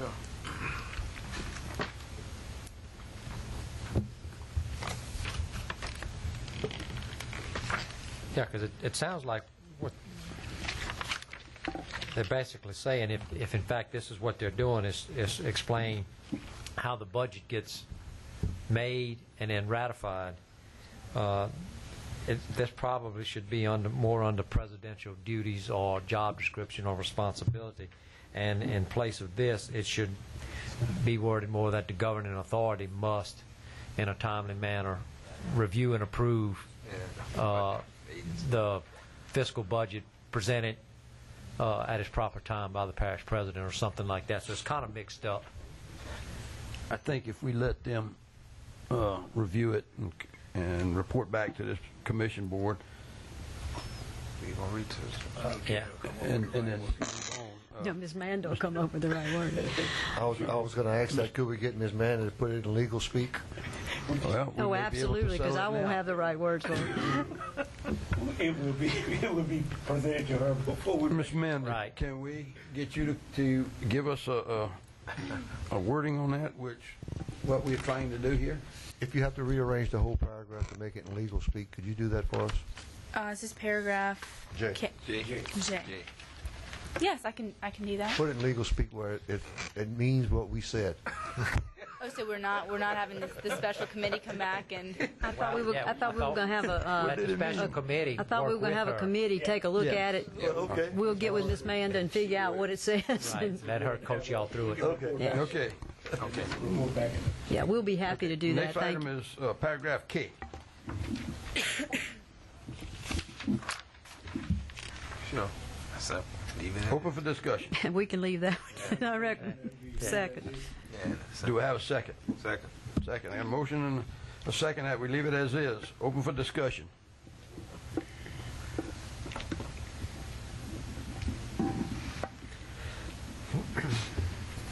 All in favor? Aye. Motion passed. Next section will be section 4-3. 1-3. 1-3-13. I'm sorry, excuse me. 4-13. Open for discussion. Motion leave as is, sir. I have some discussion, please. Yes. And it's going to require legal. My understanding is that the parish, the governing authority cannot expropriate property outside of the parish for the public purpose inside the parish, and that this section is outside the legal, what is appropriate legal language. Am I right, Lindsay?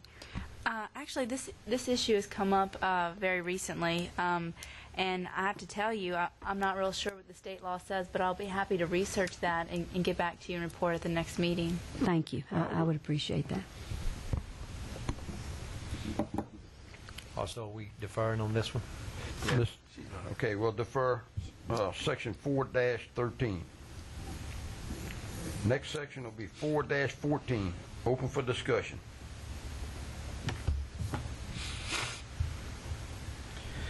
Mr. Chairman, I want to speak on eminent domain. I didn't get the opportunity, but Okay, the only thing I was going to point out was that if you read some of the other charters, that's the exact wording they have in them.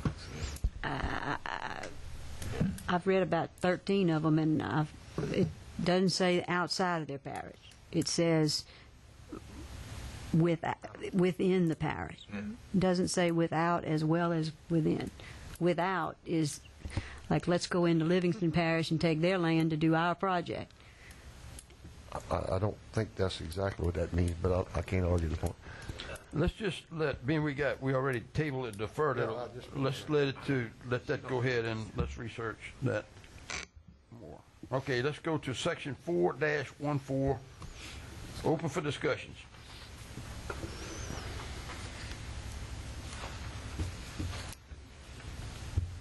Do I have a motion on the floor? Motion we leave as is. Do I have a second? Second. Got a second. Open for discussion.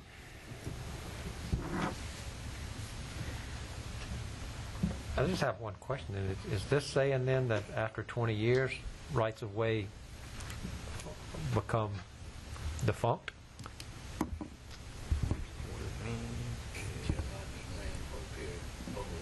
20 years. Yeah. Pretty much. Rights of way automatically go away after 20 years? Yeah. The governor authority shall make. It's pretty clear that's what it says. Well, I don't think that's what's happening. There's still a lot of right-of-ways out there that have been in existence for well over 20 years. And I don't think they're being closed. Mr. DePlessis, let me ask Miss Manda something. Miss Manda, would this mean, like, if we have a canal and they have a right-of-way along that canal, the parish does, have a right-of-way along the canal to do their maintenance work, then after 20 years, does that right-of-way go away? No, this paragraph is referring to rights of way that the parish grants to other entities. This is franchise or right of way that the parish is granting to someone else. To a property owner. To a third party. To a property owner. What would then the parish be granting them right of way for? For example, the Baton Rouge Water Company came in under a right-of-way granted to them by the parish. Right. Council granted it to them. Telephone lines, et cetera, et cetera. Public utilities, I think, is probably the major issue. I misunderstood the... Mr. Chairman, also in some instances, when they actually do the right-of-way, or I'm just going to use right-of-way as an example, if it's not used within a certain time frame, or if it is, let's use a ditch instead. Yes, sir. If it's cleared within, let's say, the 10-year period, it expands their right-of-way for an additional time frame. It's written into it. Not everyone is written that way, but some are. You're talking about the individual grant? Yes, that's granted. Okay. If there's action within a certain time frame, then extends it. That has to be stipulated when it's granted. Well, getting back to what Mr. DePlessis mentioned, that if the parish does grant a right-of-way, then after 20 years, then it goes away. It no longer has that. No longer have that right-of-way. Say the water company, gas company, something comes in and they want a right-of-way in the parish right-of-way. They grant it. It's only good for 20 years. Then, am I? That's exactly what it says. Yes, but just for your information, these right-of-ways, like with Baton Rouge Water, they're largely contractual. I mean, these are 20, 30-page contracts, so it's not as though the water company is out millions of dollars in infrastructure. There are all kinds of safeguards in place for both the parish and the company, and how we work through these issues of, right-of-way having all of their pipelines and such. So it's not as if the right-of-way just disappears after 20 years. Well, It's not quite that simple. Who would this apply to? I'm sorry? Who would this apply Well, to, and why did they put it in here? No. For example, we have a right-of-way agreement with Atmos, and we're not getting any franchise fees as a result. Their agreement just expired. Well, now we're asking for the 5%. So that 20 years allows the parish to come in and renegotiate some of these agreements that we have with the gas companies, the water companies, and that's why they picked the 20 years. So we may want to reduce that 20 years if they get a chance, the parish get a chance to bring in a little revenue. We might want to change it from 20 years to a lesser number of years, right? That's your option there. So we're not talking about private right-of-ways, like if I give right-of-way through my property. No. No. These are right-of-ways that the parish grants, not right-of-ways that you grant to the parish. Well, that's what I got misunderstood. Okay, so let me. That one kind of caught my So in eye. other words, if we reduce the number of years and then we can renegotiate at a different contract agreement, would it not be better that this board make a recommendation to reduce the 20 years?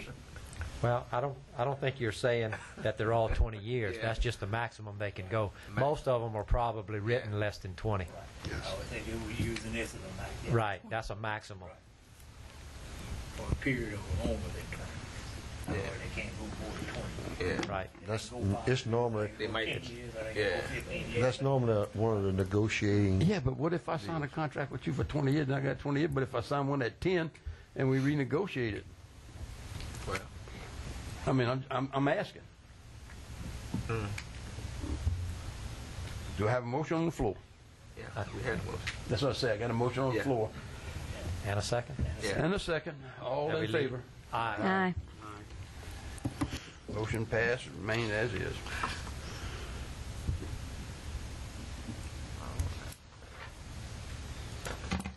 We have just a few more items left, so we're going to try to finish those items tonight.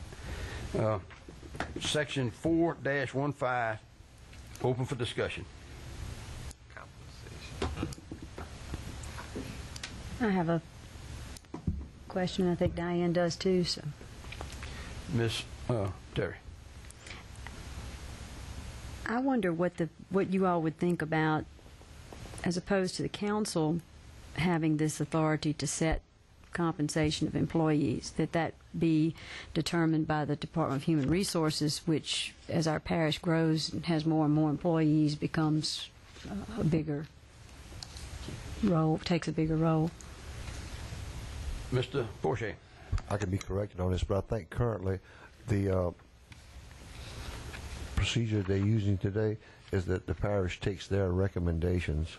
They don't always follow them. They may go a lesser amount or a greater amount, but they do get recommendations from them. The Human Resource Department will take it up with the treasurer insofar as having enough money to make that budget in line with the budget with the salary, and then the treasurer and the human resource alone go to the parish president, and the parish president will make the recommendation to the governing authority, who has the final say so. Well, Red, do you feel like that this particular section right here is sufficient? I do. I agree. Ms. Diane.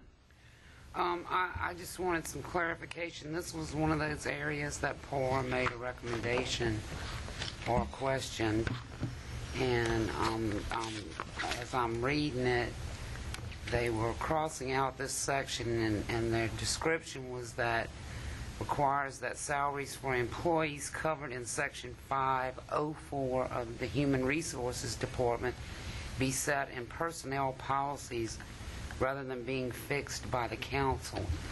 But as I went through the charter, I was trying to find where, as otherwise provided by this charter, and I had trouble locating. I still have not located that.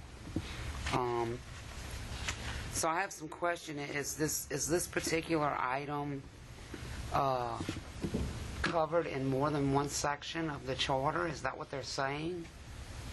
So it sounds like Paul was saying. I don't think that it is. No, the governing authority may fix the compensation of all employees of the parish except as otherwise provided by this charter. Ms. Manda, on section 415, do you know of any other area that singles out what this paragraph is trying to say, otherwise provided by this charter?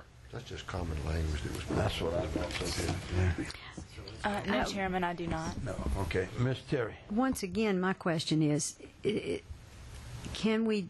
this something that's even necessary? Does as Mr.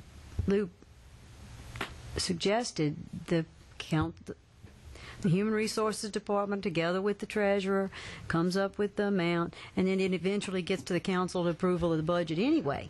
So why is it specified in our charter that the governing authority fixes the compensation when technically it doesn't? It approves it.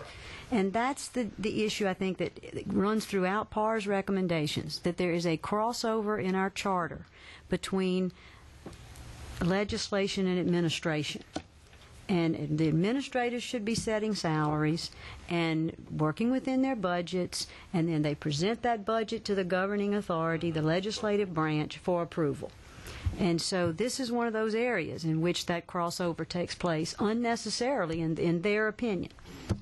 Mr. Poche? I differ in their opinion in this sense. I think this paragraph is specifically in there for the fact that the council will have the final say on increasing salaries. That you can go through all the other procedures first, you can put it in the budget, you can do what you want, but the final decision will be made by the council, not by Human Resources, not by the parish president. It will be made by the council. I think that was the intent of that whole paragraph. I can see where that was in its intent. I still don't understand its necessity. I think that they ultimately have that authority anyway, and it just it just makes a mush of the separation of legislative branch and the administrative branch. That's the intent of it. Well, and it shouldn't be that way, in my opinion. And we differ on that. I think it ought to be real clear from whence we come. That was the intent. To keep it separate. I don't think that keeps it separate. I think that muddles it all up. Miss Diane? Well, actually, I was going to say that helped clarify it for me, so we're on a different page, Terry. I'm not surprised. I think Mr. Duplessis has some comments. I just think a key word in that line is the word may. This would be a totally different statement if that word may was the word shall. But it doesn't say shall. We're not saying that the governing authority shall fix the compensation. It says it may if it doesn't agree with what the recommendations are. But it opens the door for others to set the compensation.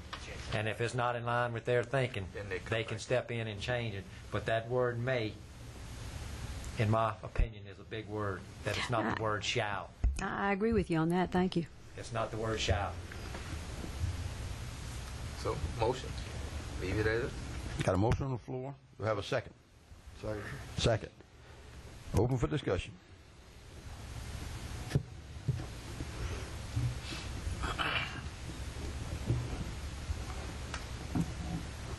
All in favor?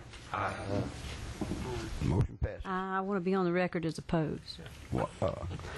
Cascio opposed. One opposed. To remain as is. Section 416. Open for discussion. Motion to leave as is, sir. Got a motion and a second to leave it as is. Open for discussion. All in favor? Aye. Opposed? Motion passes. Section 417. Open for discussion.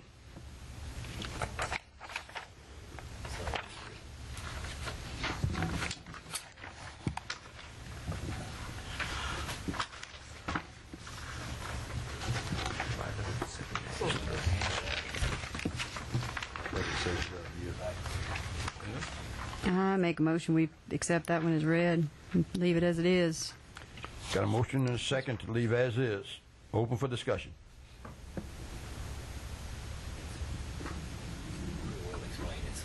All in favor? Aye. Motion passed. Remain as is. Section 4-18. Open for discussion.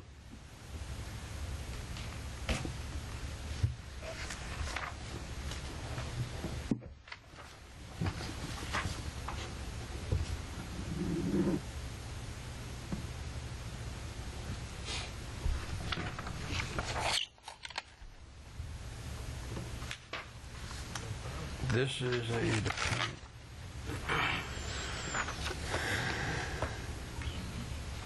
now, Ms. Amanda, may I ask you a question? This state's planning commission. Is that planning for the parish? It's not the planning and zoning commission. It's just the planning commission, right? It is the planning commission, but the planning commission in our parish also serves as the zoning commission. Yes. Okay. Officially, it's the planning commission. Yeah. I think it's the same. So open for discussion. Motion. Motion. Make a motion. Do I have a motion on the floor? Motion on the floor to leave as is. And a second. Open for discussion.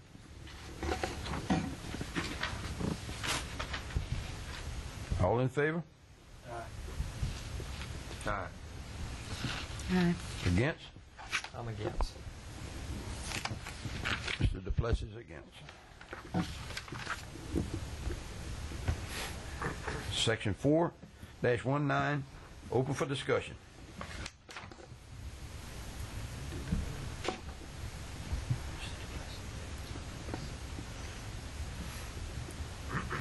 Motion to leave it as is. Have a motion on the floor to leave as is. Do I have a second? Second. Have a second. Open for discussion.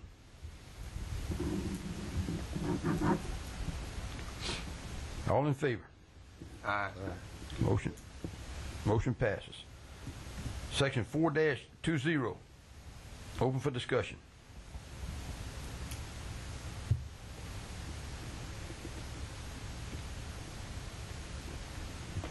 Do I have a motion on the floor? Motion that we leave as is. Second. Got a motion on the floor with a second to leave as is. Open for discussion.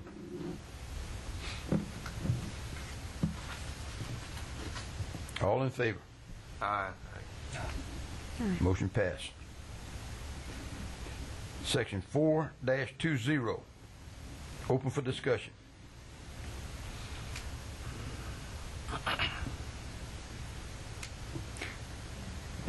I make a motion, we leave it as it is. Couple one like that with the parish. Got a motion on the floor to leave it as is and a second. Open for discussion. Yes, sir. Mr. Poche.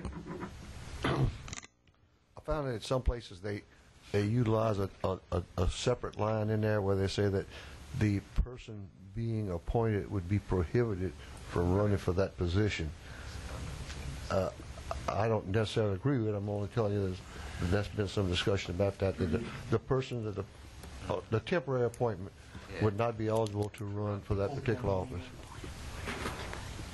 Vacancies. Yeah. That language is not in here. I'm telling you that some places they have that language included. It's for the temporary appointment that I'm referring to.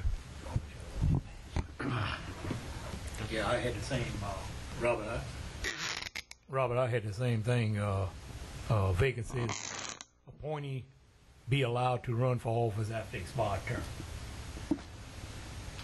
Is that basically what you were saying? I didn't hear you, sir. Appointee be allowed to run for office after expired term. In other words, He said allowed. it is allowed. Appointee. In other words, if they appoint say a expired term of 1 year or less than 1 year. Less than 1 year, and they appoint him, that appointee should have the right to run after his appointed term. No, sir, that's not what I said. You saying the opposite? I said just exactly the opposite. I said in some places they make it prohibitive from that person who is appointed on a temporary basis to run for that office. As an example, I'm just going to make this as an example. because I happen to know one, where it was a police juror that passed away, and they appointed his wife to serve out the term, a temporary term, because they were going to have to have an election. Well, the stipulation is that she would not be eligible to run for that particular office. I'm telling you that just was out there for discussion. That's all. I'm not recommending that we do it or not. I'm just pointing that out.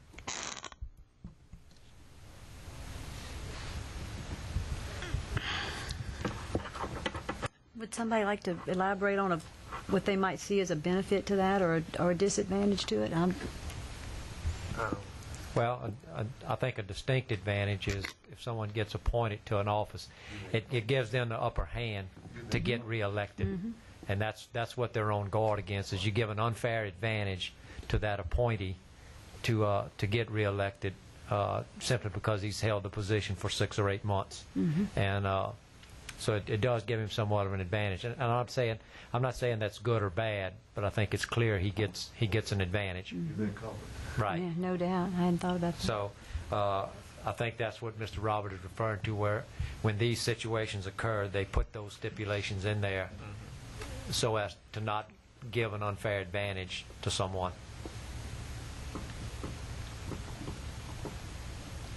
I agree with their opinion. Any further discussions? Which one? Yeah, I tend to agree with their opinion too. So what language would we have to put, Mr. Robert? That's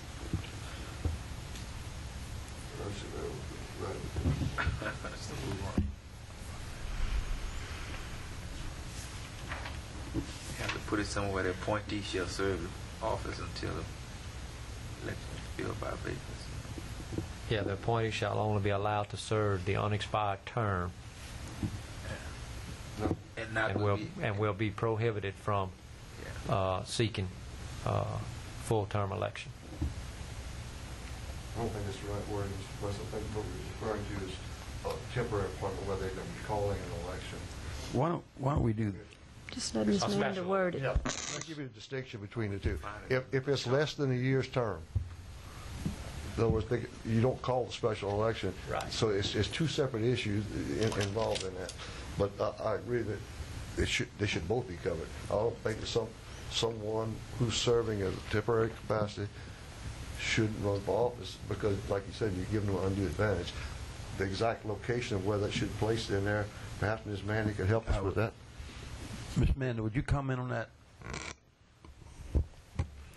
What would you like me to comment on, Chairman? Okay, Mr. Prochet is asking you in relation to interjecting his thoughts or his words into this particular paragraph of Section 4-21, paragraph A. Man, the wording would be that a person appointed would not be eligible to run for that office. And we're just trying to determine where in this paragraph that should be inserted. Might need to be an E. I tell you what, if that's the wish of the commission and you make a motion, I'll get that language based on your intent, and then we'll present it to you all. Motion, Mr. Chairman. Second. I think Have a Diane has a motion question. and a second. Except as amended. Except as amended. Miss. I'm just trying to clarify because, okay, any vacancy on the governing authority shall be filled within 30 days by an appointment by at least a majority vote of the remaining members, excluding the president. And then it says if the unexpired portion of the term is more than 1 year, that'd have to be a special election. That's correct. Okay, so, and then it goes on to say what it means if it's less than a year. So, are we saying that the appointee who's there after 30 days of vacancy and then is removed by the special election is included in not being able to run? That's correct. The point, it would apply to both. Apply to both? Yes. Okay, thank you very much. Regular election or special election. Mr. Luke. I hate to disagree with my fellow commissioners, but I don't think we ought to not allow appointee to run. I mean, that's the election of the people. The people are going to elect him. If that person has been appointed and wants to run for another 4 years, He has an advantage. Yes, he has an advantage, but he was appointed by his fellow governing authority to that position, and he ought to be able to run for that position if he cares to do so. I think what we're trying to do is trying to eliminate him from running. That's am I correct. right? That's correct. I don't think that's fair to a person that wants to run for an office. I just don't think he ought to. Comment. I think he ought to be able to run for an office, even though it is not his. It wasn't his duty that he was appointed. He accepted the appointment. Comment, That's what he sir. did. Mr. Fortier? That was he just made my point. Is that if he has intentions to run for the office, he just would not be eligible to serve on a temporary appointment. He or she. Miss Diane? Okay, I'm going to add to the mix. The reason why I was asking this about the person who is appointed within 30 days of the position being vacated is then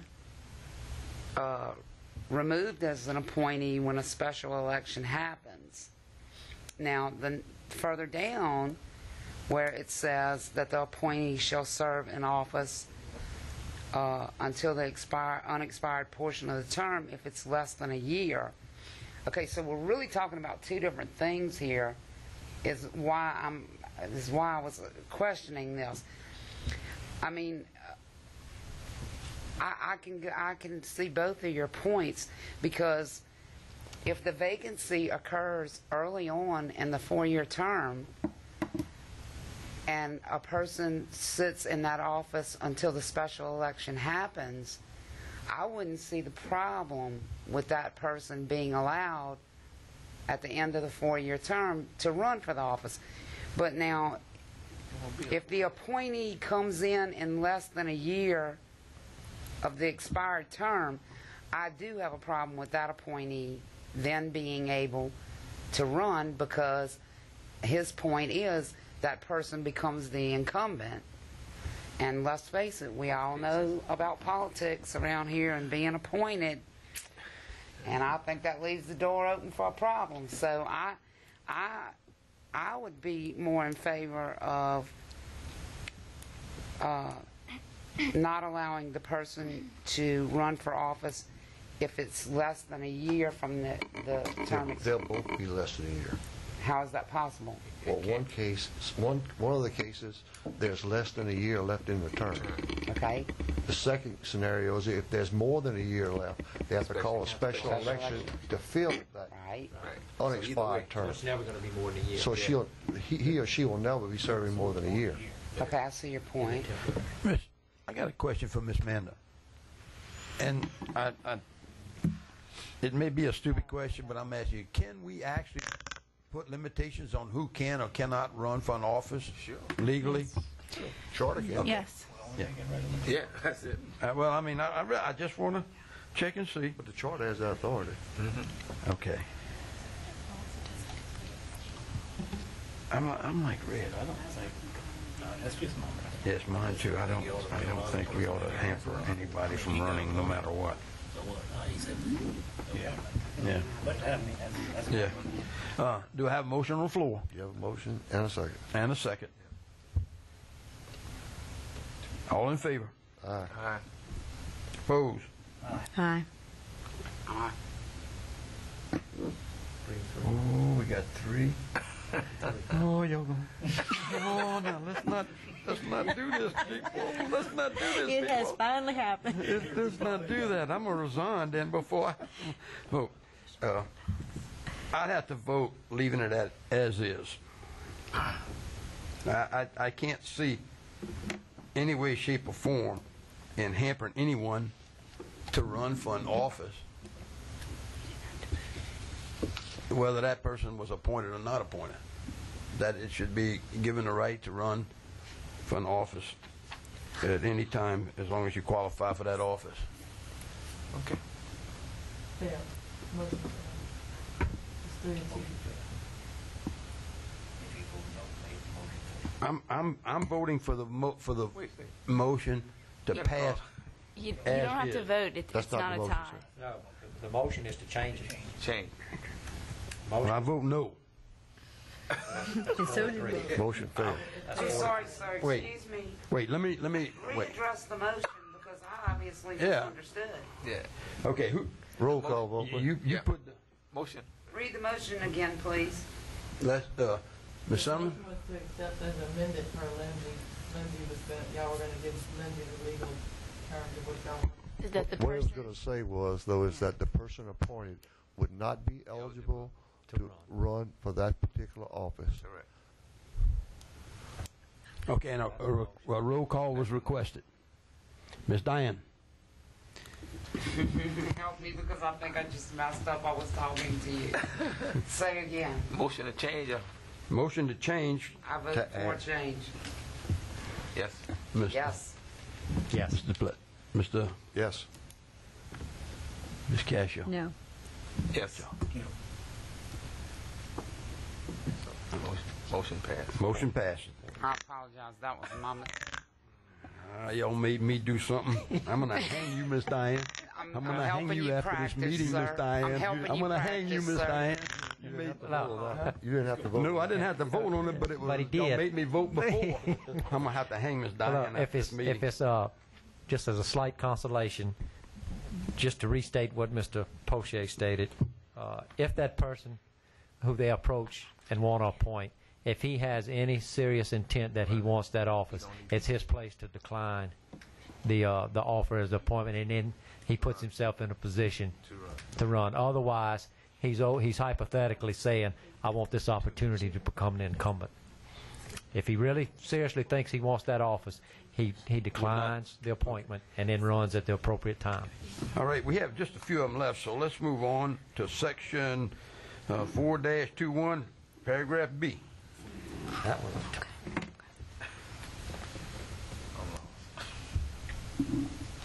Open for discussion. I lost the place. Where are we at? B. Oh. Okay. We're still on Leave it vacancies. Motion to leave it as is. Motion to leave it as is, second. Second. Open for discussion.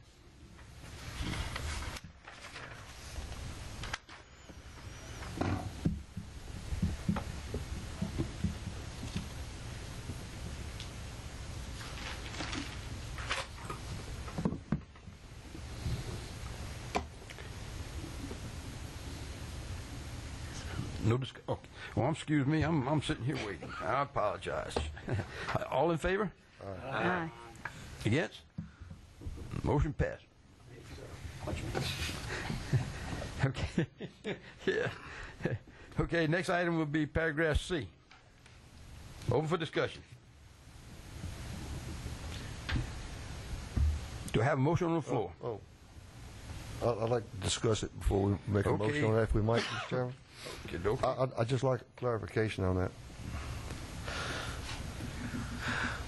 Local office Any vacancy. filled by election. So if the clerk of court moves out the parish, isn't there a set procedure that who fills this position?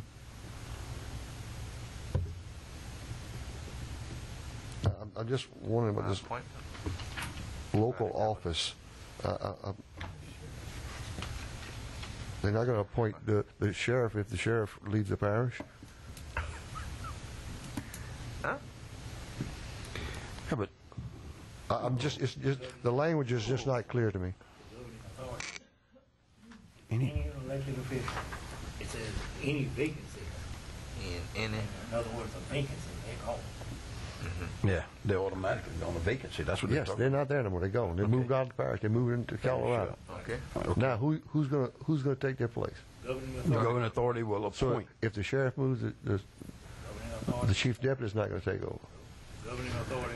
If the clerk of court leaves, his chief deputy's not going to take over. If the assessor leaves, their chief deputy's not going to take over. I see what he's saying. Yeah. Governing The authority. governor. Yes, man. Isn't that covered by law? I don't know if it's covered by state law, Mr. Poche. I think you're probably in a better position to tell us that. I'm not in that position, ma'am. Okay, well then I can certainly research that and get back to you. I don't think see you. No, it's clear, it's pretty It's clear. just not clear to me. Yeah, any vacancies in any of those laws should be filled. And I think we need to find out what the law, what state law says, and we need to, our charter needs to be, so we need to table this one, let Lindsay get back to it. That's what we're fixing to do. We're going to table this item, paragraph C, and we're going to appoint a committee. Do you need a point committee or just get an man to get a clarification on that? Okay, well, that's fine. Let's get Ms. Manley, would you get in compliance with state law. a clearing on that, if it's a state law, as to what this intent of this paragraph is? Yes. And report to us at our next meeting. Sure will. Thank you. Okay, let's move on. Next item is paragraph D. Of course. Yeah. Second. Got a motion on the floor to leave as is, a second. All in favor? Aye. Motion passes. Section 4-22, open for discussion. Before you turn. Motion to leave it as is. Second. Got a motion on the floor to leave as is. Open for discussion.